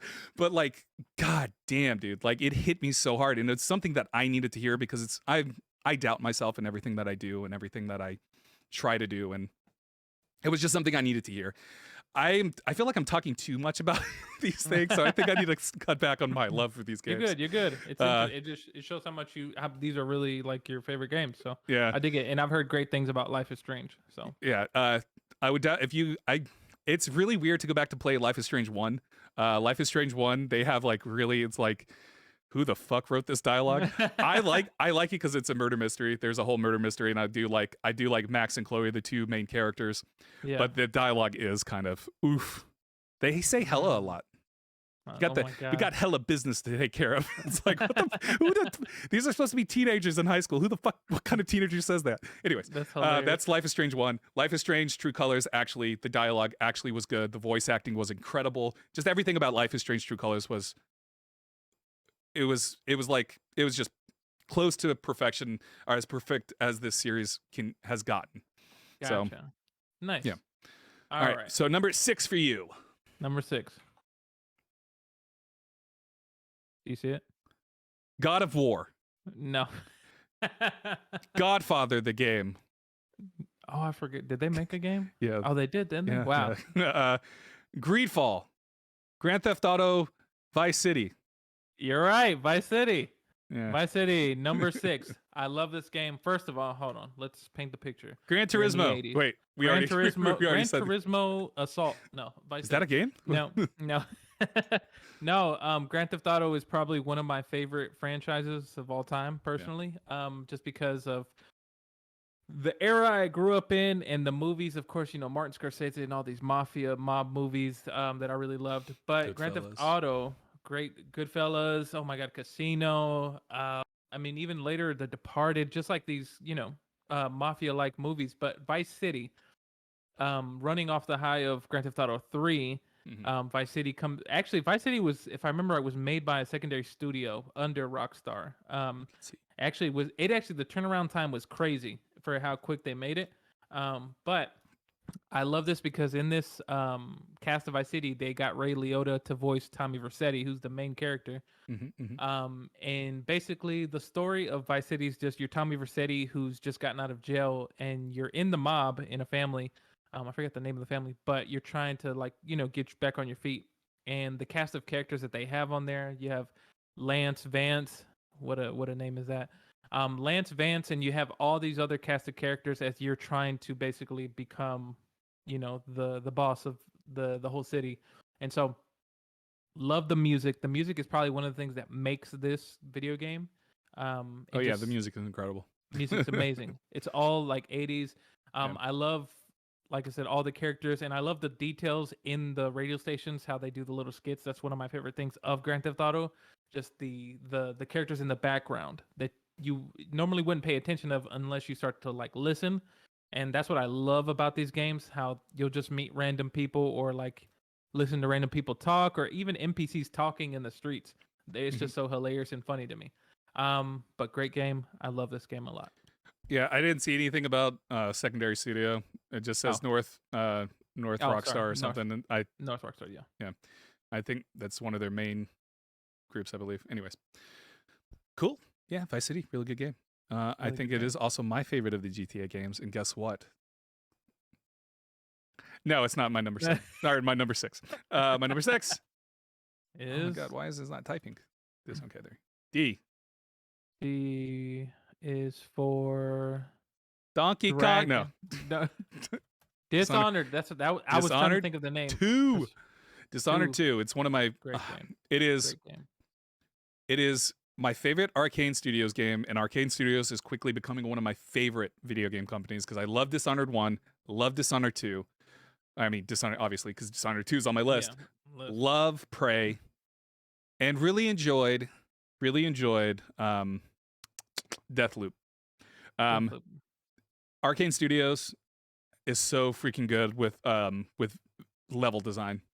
And Dishonored 2 is probably, in my opinion, the peak level design of pretty much any game possible. Like, it's just the setting, the levels themselves, and how how you can utilize it, and the different paths you can take. If you want to go stealth, you can go stealth, and there's so many different ways you can go stealth, so many different paths and turns. You can go batshit crazy and use your powers to freaking destroy everybody in your path. Oh god, like it's so well done in how it gives you different paths to take and the tools to do it. I love Dishonored 2. I love the story. I love the setting. Corvo is one of my favorite video game characters. Corvo. I love Emily Caldwin. Yep. And you can choose which one you play as. So you can play the whole game as Corvo, or you can play the whole game as Emily, and it's going to be different. They have different sets of powers. There's different sort of story beats depending on who you're playing as and everything. It's just Dishonored 2 is an incredible game. It's great game. It's a game that gets overlooked, and it's like, well, if you like Deathloop, go back and play Dishonored, because in my opinion, Dishonored is leaps and bounds better than Deathloop. And I like Deathloop, don't get me wrong, but God, Dishonored 1 and 2 are both just incredible, but Dishonored 2 especially, just because like it's oh God, it's so good. That's all I can really say, is that I can just repeat that it's so good over and over again. Yeah. You just need to play it to understand, and like, because I think there's a lot to love about it. And I know a lot of people get turned off by the whale punk, because it's called whale. It's a weird. You can say it. You can either. I mean, a lot of people say mistake it for steampunk, but it's called whale punk because everything in the game is powered by whale oil and all this other stuff. Oil. Yeah. But yeah, it's just incredible. Again, I love this game. I love the characters. Corvo's incredible. Emily, incredible. It's just great awesome. Game. Really Outsider is creepy as hell. The Outsider. Oh yeah. Oh, and God, I love this game. All right, what do you got for us? All right. At number 5, this is where everything matters now. This is where everything matters. This is going to be a shock. Persona. People versus Portal 2. I got it right the first time. He didn't type it in. No. Oh my God. Portal 2, top 5 for me. Portal 2. Man. Yeah, I don't have to tell you how amazing this game is, but for the listeners, story, design. I think this might be the only game that we both puzzles. Yeah, this might be the only. I just revealed that it's going to be on my list. I didn't say whether. Whoops. Anyways, go ahead. But the puzzles, the story, I don't know what it is, but the way that they did the story was just perfect. Yeah. They didn't just like throw it in your face. You just subtly like paid attention to dialogue going on from these voice messages and GLaDOS, Wheatley. Oh my God. Wheatley. Oh my GLaDOS, God. potato GLaDOS. And then I'll say stuck on your gun. Dude, like it's so she's just talking shit to you the entire time. It's great. Exactly. I'll say this game has so much replayability just because you could like play this game and beat it and be like, wow, that's amazing. Come back a month, a week, 2 weeks, and redo these puzzles, and you'll be like, how the fuck did I do? This go? How did I do this? And it's just so good, and like this, it's an amazing story. Yeah, amazing. Yep. So that's all I have to say. But all right, my number 5 is, what do I have at number 5? Oh, give me a second. I know what it's at number 5. Yeah, let's that's see. what I do. D. Damn it! Why is my Alistair? Will you stop? my dog is trying to like get me to pet him. D. Here we go. For Dishonored 1. No. No, I don't have multiple games in a series. Wait, that's a lie. I do have multiple games in a series on this list. Whoa. Shit. Okay. What is it? Deus Ex. Deus Ex. Deus Ex is in a very similar vein of Dishonored 2. This is Dishonored 2 and Deus Ex are both considered immersive sims. It's a new kind of category that started. It's a new category. It's not a new category in games. It's just a new category of how people are describing games, because Hitman falls into this category as well. But Deus Ex came out in 2000. It's a game that a 10-year-old me should not have played. But it is a cyberpunk, politically charged game. Like you get betrayed, you form alliances with different factions, and it's just a whole mind kind of fuck of a game. Because so think of every conspiracy theory that you've ever heard of, at least that roughly was around 2000. Think of every conspiracy theory ever. You know, like the moon landing was fake, the Illuminati. Okay. Yeah. That's all true in this game. And you slowly like learn this big like, holy shit, there's these power players manipulating world events, and you played the character JC Denton, and you're just like in the center of it. And by the way, JC is for Jesus Christ. Anyways, it's very on the nose about who your character is supposed to be, because your character is supposed to be like the second coming thing. Anyways, second coming in cyberpunky type things, but this was cyberpunk done right. If you really, this is like the earliest memory I have of like a cyberpunk setting as well. Well, I guess Matrix would be, but yeah, this game is just incredible. It's a game that I can still play. It hasn't aged well, like visually, but I think the gameplay is still good because it is one of those. It is similar to Dishonored. You have so many different paths that you can take. You can virtually go through this whole game without killing a single person. That's an option. I mean, you can do that in Dishonored 2 as well, where you can go through the whole game without killing a single person. You can talk your way out of pretty much every fight. And yeah, there's just so many different ways to play it. And it's just incredible. And like there's like 4 or 5 different endings you can get based on choices that you make, of course. And it's just the twists and turns of this game are incredible too. And then it's given birth to a whole series. There's 3 other games in this whole series because you have Deus Ex Invisible War, then you have Human Revolution, and then you have Mankind Divided, which Human Revolution and Mankind Divided are prequels to Deus Ex. So, but Mankind Divided and Human Revolutions are the most recent ones that came out, and Mankind Divided never got an actual proper ending, so I'm a little salty about that. Anyways, going on to number 4. What do you got? All right, we're getting into the Halo. heaviest of heavy hitters. Nope. Look, here it is. Borderlands. Letter B. Nope. Blood Rain. Do you like Blood Rain? No, I don't remember really Blood like Rain? Do you remember that? It's a fucking vampire game with a scantily clad. I remember buying vampire. that game and I hated it. I was like, "What the hell?" I was tempted to buy it because it got a remastered. Bioshock, nice. Bioshock 1. So Blood Rain. Would you got kindly? Would you kindly play Blood Rain? Play Blood Rain. Bioshock. No, Bioshock's good. Oh my god, Bioshock! Out of all the series, this is my favorite because the story is very solid. The cast of characters, the environment. Man, hold on, I had to look this up because there's this creepy guy in there that I remember when I first played it. So basically, what Bioshock is about, it's about the guy's name's Jack Ryan, I think, or what's his name? The character that is that you play. No, your character's not Jack Ryan. Jack Ryan, you don't play Jack Ryan. Jack Ryan's like the big baddie of. Gotcha. Sorry. So your character, you're in this basically underworld, or I say underwater world, because what's the guy's name? Frank Fontaine. I can't remember his name, but that guy he got tired of people above, and so he's ended up creating his own city under the sea to get away from the world and all of its messed up stuff. It was Jack Ryan who created Rapture. Oh, sorry, Jack Ryan created Rapture to get away from the world. It was like, no, we need to have a better world, and I know how to do it. So he ended up creating this. Now I say all that to say, this game is. Your character is named Jack. Oh, okay, Jack. I don't think it's Jack Ryan though. Oh, gotcha. Okay, so you play as this character named Jack, who stumbles across this, kind of wakes up. There's this this environment is so eerie. Yeah, because when you kind of get in here, it's very Andrew creepy, Ryan, very not Jack Ryan. Andrew Ryan. Yeah. Thank you, Andrew Ryan. Sorry, I got confused there. I knew it was something right. But it's a very eerie world and an eerie environment where you kind of start to pick up on these powers that you can either, shock people, light them on fire. I forgot the name of the drug in the game. They're plasmids. Plasmids, yeah.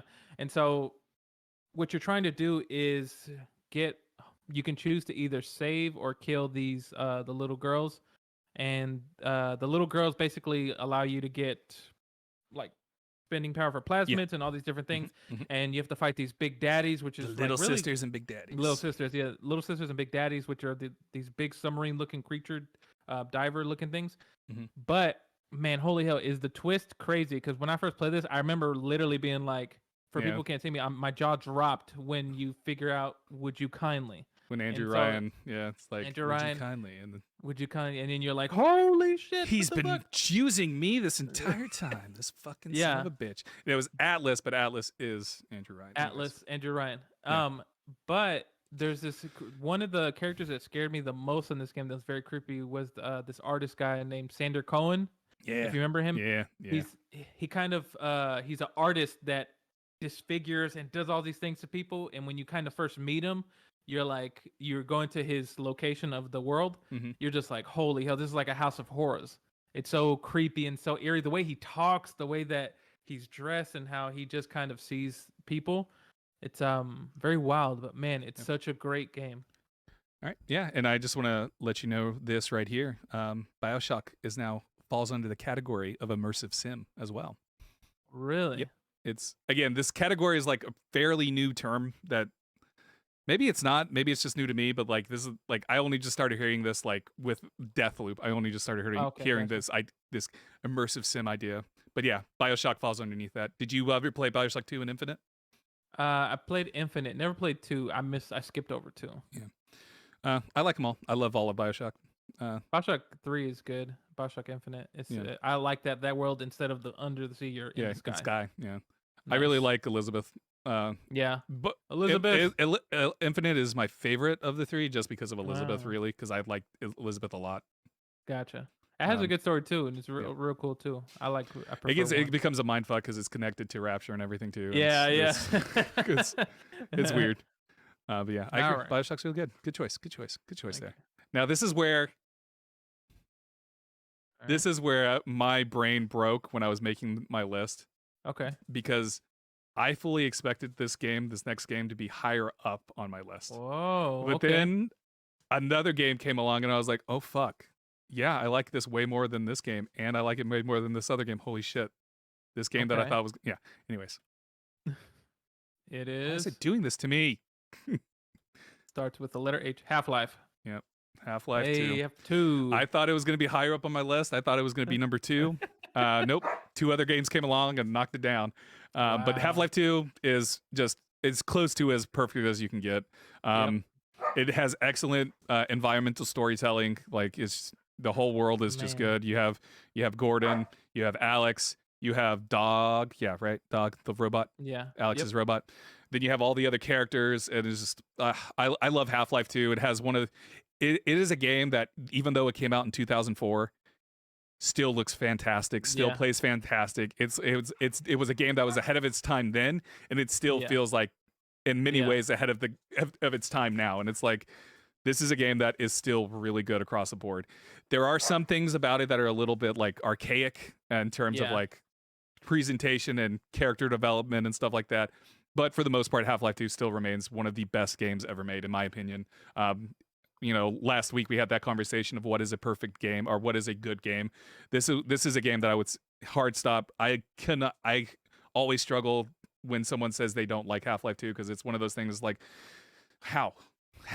Yeah. This revolutionized sort of the first person genre. Like hard stop. This changed the game for first person shooters and stuff. So at least in my opinion, it did. Yeah. And I mean, definitely, man. It's just incredible. So great choice. Amazing game. Amazing game. All right. What do you got? All right. Now these are the heaviest of heavy hitters. We're in top 3. Oh yeah.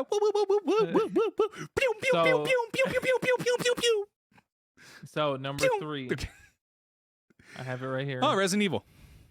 Yeah, yep. Resident. No, it starts with the R. Ratchet and Clank Rift Apart. God damn, I got so good. I thought you just said you never played it though. Nope. Red Dead Redemption Big Dick. What? Is it Red Dead Redemption 2? Yeah. Yep, it's 2. Red Dead Redemption number 2. You mean it's not Red Dead Redemption Zombies or whatever the hell? Undead? Oh yeah, I remember Zombies. I remember that. Whatever that game was called. I did love Red Dead Redemption 1 because of I'm already blanking out of his name. Jack? John Marston. John Marston, yeah. John Marston. Jack. The main Everybody's character. Jack to me. Everybody's Jack. No, because John, he was such a complicated character, trying to escape his past in part 1. In part 2, you're basically it's like a prequel to that, and you play as Arthur Morgan, Yeah. who man is one of my favorite characters ever. Oh yeah, Just because he's an outlaw, a part of this group that's led by Dutch. I forgot Dutch's last name, Dutch Vanderlind. Yeah. What a name! But he's led by them, and basically, what's happening, kind of like if you remember playing part 1, like being an outlaw and like robbing trains and like that is slowly starting to die out. Yeah. And The Wild basically West is the becoming Wild is civilized. ending. Yeah, Yes, it's becoming ending. civilized. So Exactly. And so you play as Arthur Morgan, he's an outlaw, but he's also kind-hearted and he's like a good person. Who's a part of this gang. Yeah. It depends on how you play him, because you can make him a ruthless piece of shit. Yeah, So- true. But the way that I played it, I was like, this is a good guy. But it's, for one, of course, because it came out later, the graphics great, amazing. Played it on PC, looked amazing. I love the story, and like, there's one. What's that character's name? I fucking hate this character. I think it's Micah. Is it Micah? He's the one that betrays you? Yeah. Yeah, Micah. Yeah, Micah. That's his guy. He did a good job. I hate that character because he's basically he's a trouble. he's a piece of shit, He's a betrays piece of you, shit. causes Dutch Yeah. to betray you, and all this other Yeah. crap, and like it's he ruins the whole he- little he family that ruins- you have. exactly. And so, but it's interesting to see how Dutch, who's your leader, and like Arthur to me should have been the leader, but I guess he kind of chooses not to take on that mantle, Yeah. and kind of is like, I'm just gonna be out here. I don't want to lead people. But watching the transformation too of Dutch going from, hey, I'm well balanced mentally, to slowly kind of start to lose it, because he kind of starts to get cornered a little bit, and people start to try to pull him in every direction, and And he listens story's to bad great. advice. So yeah, he listens to bad advice. But great game, man. I'm actually gonna play through it again soon. yeah, I just to talk about this, because Red Dead Redemption 2 is not on my list. But it is one of those games that when I played it, I got lost in the world. Like, Yeah. I've never actually completed Red Dead Redemption 2 because I always made it to the city, the little New Orleans type city, Yeah. whatever it's called. Yeah, I can't yeah. remember. St. Valentine, I believe, or something like I that. think so. I would always get there, but then I would always just get lost in the world. Yeah. I just wanted to like live in the world. I would Yeah. purposely not fast travel. I would take my time. I would do the hunting stuff. I would go out fishing. Man, for some reason, like, that appealed to me more than anything else.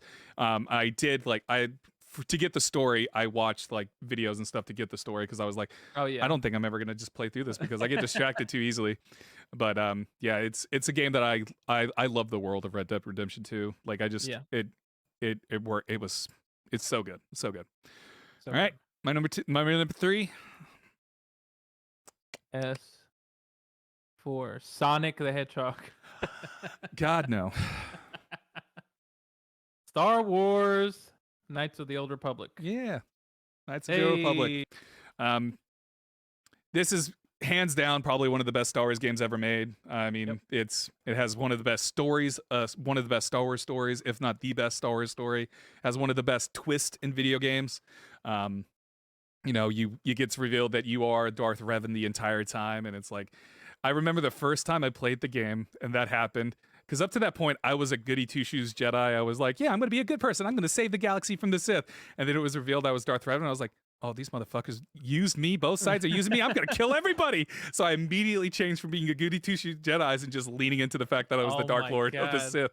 I was like, it came out when I was like 13 or something. And I was just like, I'm just going to murder everybody. Fuck these people. Fuck the Jedi. Fuck the Sith. I want everybody dead. But yeah, that was my reaction when it first happened. But no, it's still one of my favorite games. It has HK-47, which is one of the most memorable characters in a video game, with his meat bags, constantly saying meat bag. You have Zalbar, you have Cartho Nassi, who I actually hate more than anything. Cartho Nassi is actually the reason why I hate Kaden Alenko in Mass Effect, because it's the same voice actor.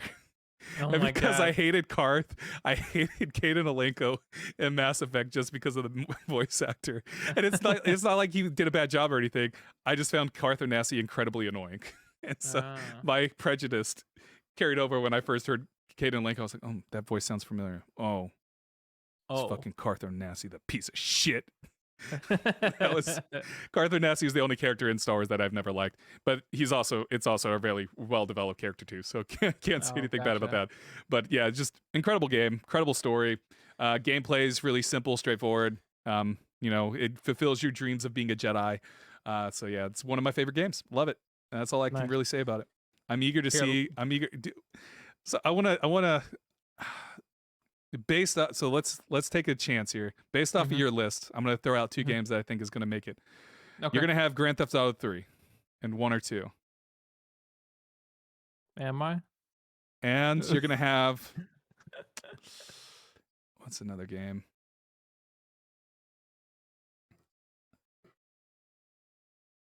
You're gonna have Last of Us. What do you think I'm gonna have? What do you think I'm gonna have?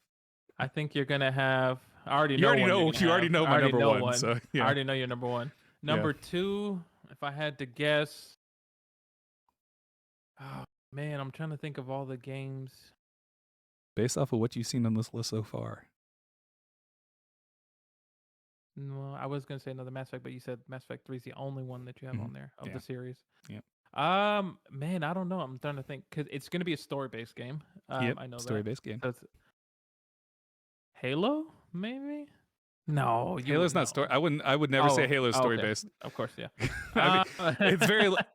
I mean, Halo Reach maybe. Halo Reach is the one that has the most. Well, I guess Halo 4 and 5 now also 4, 5, and Infinite also story heavy. But I have never actually played 4 or 5, so I've only ever done multiplayer on 4 and 5.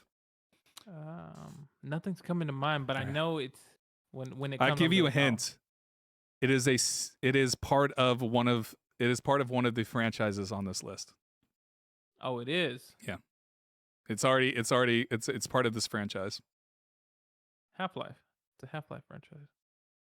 Maybe. What? Maybe. All right. We'll see. Last two. Top two. All right. What do you got at number 2? It's a H. Half-Life. Yep. Yeah, I should have just said Half-Life. I remember how you love Half-Life too. Yeah. Amazing game. Love this game. I think you were the one that put me onto this, and I actually, when I always think about the game, I think of you because I think I saw you played a lot. I played it. Yeah, I played it a lot because of Orange Box and all that. Yeah, Orange Box and everything. And it came to me later in life, and I played it, and I was like, why didn't I play this sooner? Yeah. I told you then. Everybody said I was crazy. But basically reiterating everything that you said, amazing story. I love the characters, Gordon Freeman, and just the mysteriousness of it. And when playing that made me want to go back to play Half-Life 1. And at the time I couldn't because I didn't have like a PC to play Half-Life 1 until later in life. And so you've said everything that I love about this game, just like it was ahead of its time. And I still think about it from time to time, just going back and exploring. You're playing as this Gordon Freeman who doesn't talk, but you just get so much from the environment and everything in it. You know, I love it. Even now, it has one of the best physics systems in a game too. Yeah. Like the manipulating the world with the gravity gun and stuff, and it's just Half-Life 2. Amazing game, love it. Man, so my number 2, it's a game that I was not expecting it to be put up this high, but then but when I was making my list, I was like, yeah, this is my favorite. This is quite possibly one of my favorite games of the last 5 years, not let alone one of my favorite games of all time. And that's the key here. I just said one of my favorite games of the last 5 years. The last 5 years. Persona 5. Persona 5 Royal. I love Persona 5, but Persona 5 Royal is there was Persona 5, which came out in 2017. Persona 5 Royal came out in 2020, and it adds an extra semester to the game, but also like revamps the whole systems and everything. So I just want to talk about first and foremost the characters of Persona 5. Like I love as much as I love the characters of Persona 4 Golden, the Persona 5 characters felt more real. They your relationships with them felt more tangible and real. I love the seriousness of the events that are happening to a lot of these characters. Persona 5 Royal Persona 5 in general just gets really, really dark with the things that it handles. It handles suicide, teenage suicide, abuse. It's it handles very heavy topics in a very delicate way, and these things that are happening to these teenagers in this school feels like, yeah, I could see this happen in real life. As horrible as that is to say, and go, yeah, I could see this happening. That's what makes it so much more powerful to me. And this journey that you're going on as you learn about these characters, and you go to sway the hearts of other characters, because the whole idea is that you're trying to essentially make people take the badness out of people and try to make them good and own up to the things that they have done.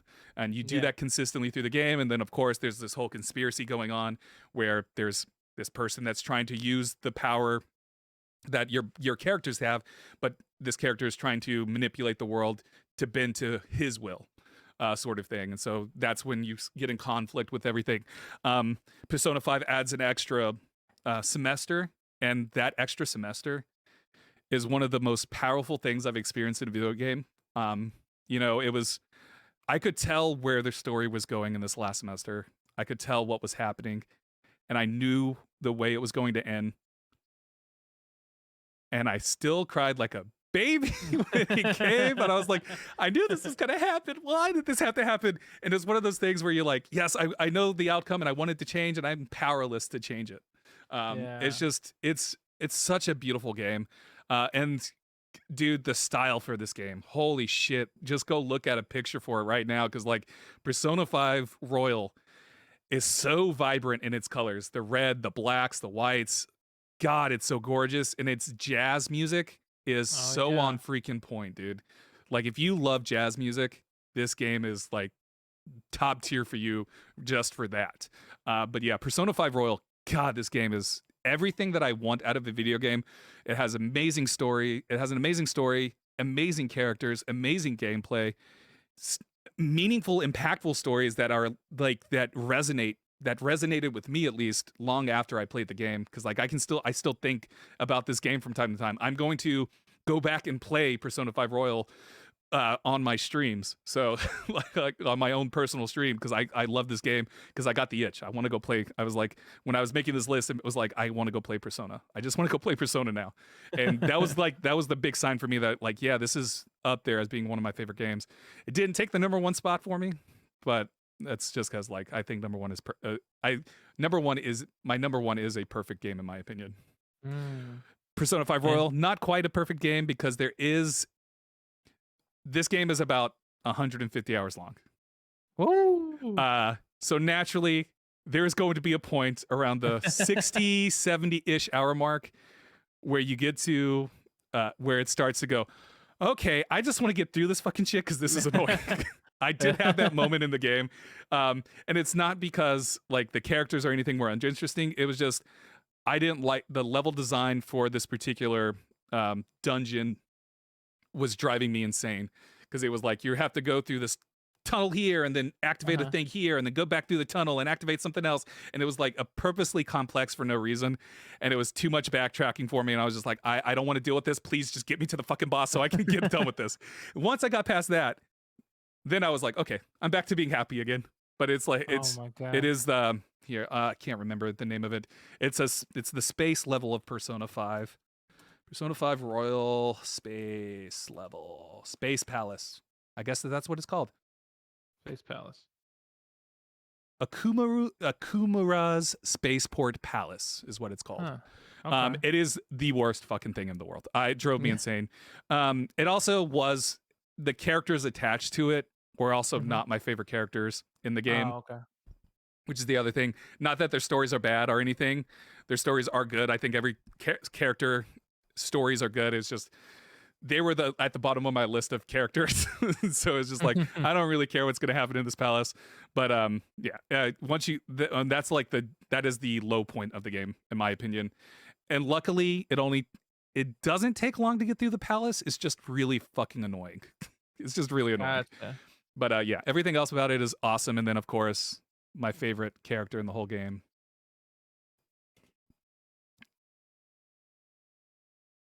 My favorite character in the whole game. Are you ready for this?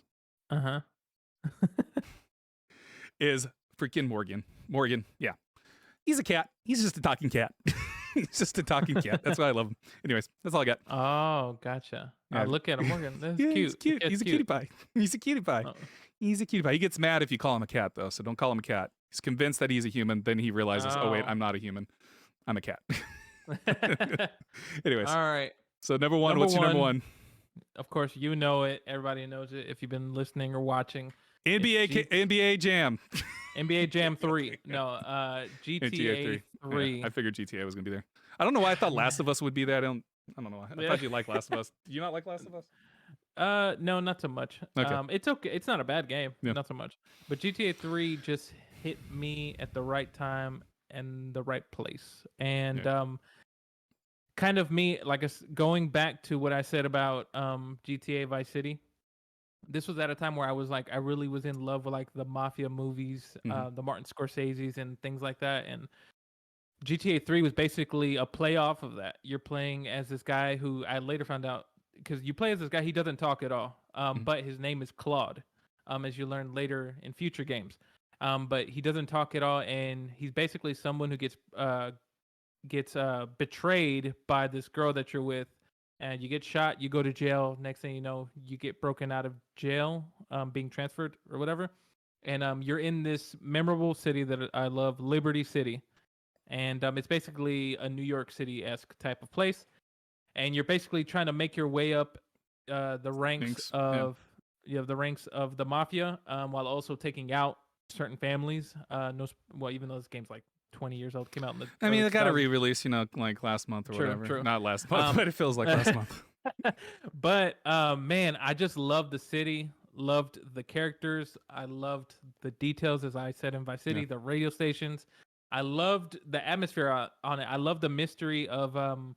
I remember there's a character named Donald Love in this series. And Donald Love, he's this rich, like, philanthropist / radio station owner. And, like, I remember there's a mission in there. It's not a really big spoiler, but there's a mission where you do a couple things for him, but then he disappears. Yeah. And I remember being like, what the fuck just happened? Like, where did he go? And, like, the mystery of that, wanting to know what happened. I remember at the time doing research, what happened to Donald Love? Like, why did this happen like this? And later on in later games, you kind of find out through small details what happened. But man, it's just a great game. I love it. I love the cars. I loved the characters. I love the missions. Yeah. Even though some of them are kind of hard when you try to go back and play them. I forgot how hard some of like the small little side missions are. Like, I would play through that. Yeah, and I don't know what it is about the city. It just hit me at the right time, at the right age. And yeah, I love this game. Favorite game. Isn't the character? I thought his name was Tommy. No, the main character. Tommy, no. The main character's name's Claude in GTA 3. Like the one that you're playing as. I thought it was the same character in Vice City. I thought they were the same. No, that's a completely different person. Oh. Okay. Tommy Vercetti is somebody else, but Claude. Are you sure? Let me pause it. Yes. Okay, I'm gonna look this up real quick. Yep. GTA 3 plot. Oh yeah, Claude betrayed by Sean killed. I thought they were the same person. I always thought they were the same exact person, man. No. Changes my perspective of GTA 3. No, but it's interesting because later on, as you know, Vice City and the rest of the games come out, you start to see how all the worlds are connected. Yeah. And so I love that. But yeah. And of course, so who is the one that appears in GTA San Andreas? Is it Tommy Vercetti that appears? Like, I know you're playing. No, I know you're playing. You're playing what's his name? But CJ. But Tommy appears, right? No, Claude appears. Claude appears in GTA San Andreas, like in the background. Yeah, it predates Grand Theft Auto 3. So you see Claude and the girl that betrays him in. Oh, in okay. 3. So that's what it is. Yeah. Okay. I always thought it was Tommy. I don't know. My whole life has changed now. I don't know anything about GTA anymore. Anyways, my number one game. I've mentioned this many times. It's Portal 2. I fucking love Portal. Like, we talked about it enough, but it's puzzles, the characters. You have J.K. Simmons, you have J.K. Simmons being Cave Johnson. You have Wheatley. You have Potato GLaDOS. It's like everything. It's just this for me. Portal 2 is one of the most is pretty much a perfect game. It's hard for me to think of a game that does anything better than Portal 2. And I know a lot of people will push back on that and be like, God of War or Last of Us, Yeah. blah blah. It's like, well, I think there's plenty wrong with those games, and I don't think there's obviously stuff wrong with Portal 2 as well. But it's just like, I don't know. For me, it checks all the boxes that I look for in a video game, from writing to characters to gameplay. On top of that, it has a completely separate co-op campaign that is as equally good as the single player campaign, which is an incredible feat. That you have two incredible stories packed into this game, and the only limitation you have with that is that, you know, you need a partner to go do the co-op stuff. But you know, it's just all around the perfect game. I love Portal 2. Man. So these are Amazing the game. definitive list of our games. Everybody Everybody else's list is wrong. Yeah, everybody else's list is wrong. My list is the number one list, and then Elias's L's list is number 2. I get Tuesday, Thursdays, and Sundays. You get Monday, Wednesdays, Fridays, and Saturdays. Okay, awesome. So Sweet. depending on the day. Yeah, depending on the day. Yeah. You know, perfect list. Nothing is gonna beat these lists. These are the perfect lists. All right, I think that's it. I think we're good. I don't think there's anything else. To do a quick recap for my list. My number 10 is Hades. Number 9, Mass Effect 3. Number 8, Persona 4 Golden. Number 7, Life is Strange, True Colors. Number 6, Dishonored 2. Number 5, Deus Ex. Number 4, Half-Life 2. Number 3, Star Wars, Knights of the Old Republic. Number 2, Persona 5 Royal. And number 1, Portal 2. I think Portal's the only one we have in common, right? Yeah, I think it Portal 2, is. yeah. You want to list off yours? And then to recap my list, number 10, Bloody Roar 2. It's so funny because I look at this list and that's like the only outlier out of like all the. But anyway, it's the only bizarre Bloody one, Roar that's for sure. Yeah, it's the only one that I don't know of, and I'm like, I guess it's good. Bloody Roar 2 at number 10. Number 9, Twisted Metal Black. 8, Jack 2. 7, Ratchet and Clank, Up Your Arsenal. Number 6, GTA Vice City. 5, Portal 2. 4, Bioshock. 3, Red Dead Redemption 2. Number 2, Half-Life 2. And number 1, GTA 3. Nice. So these are the definitive list of all time. Until we update it in the history books. Yeah, we're gonna have to update it next year, though. You know, Next something year, may we'll change. Something may change between now and next year. We'll have to change this yearly just in case. Makes sense. Right now, I don't think anything would knock this out.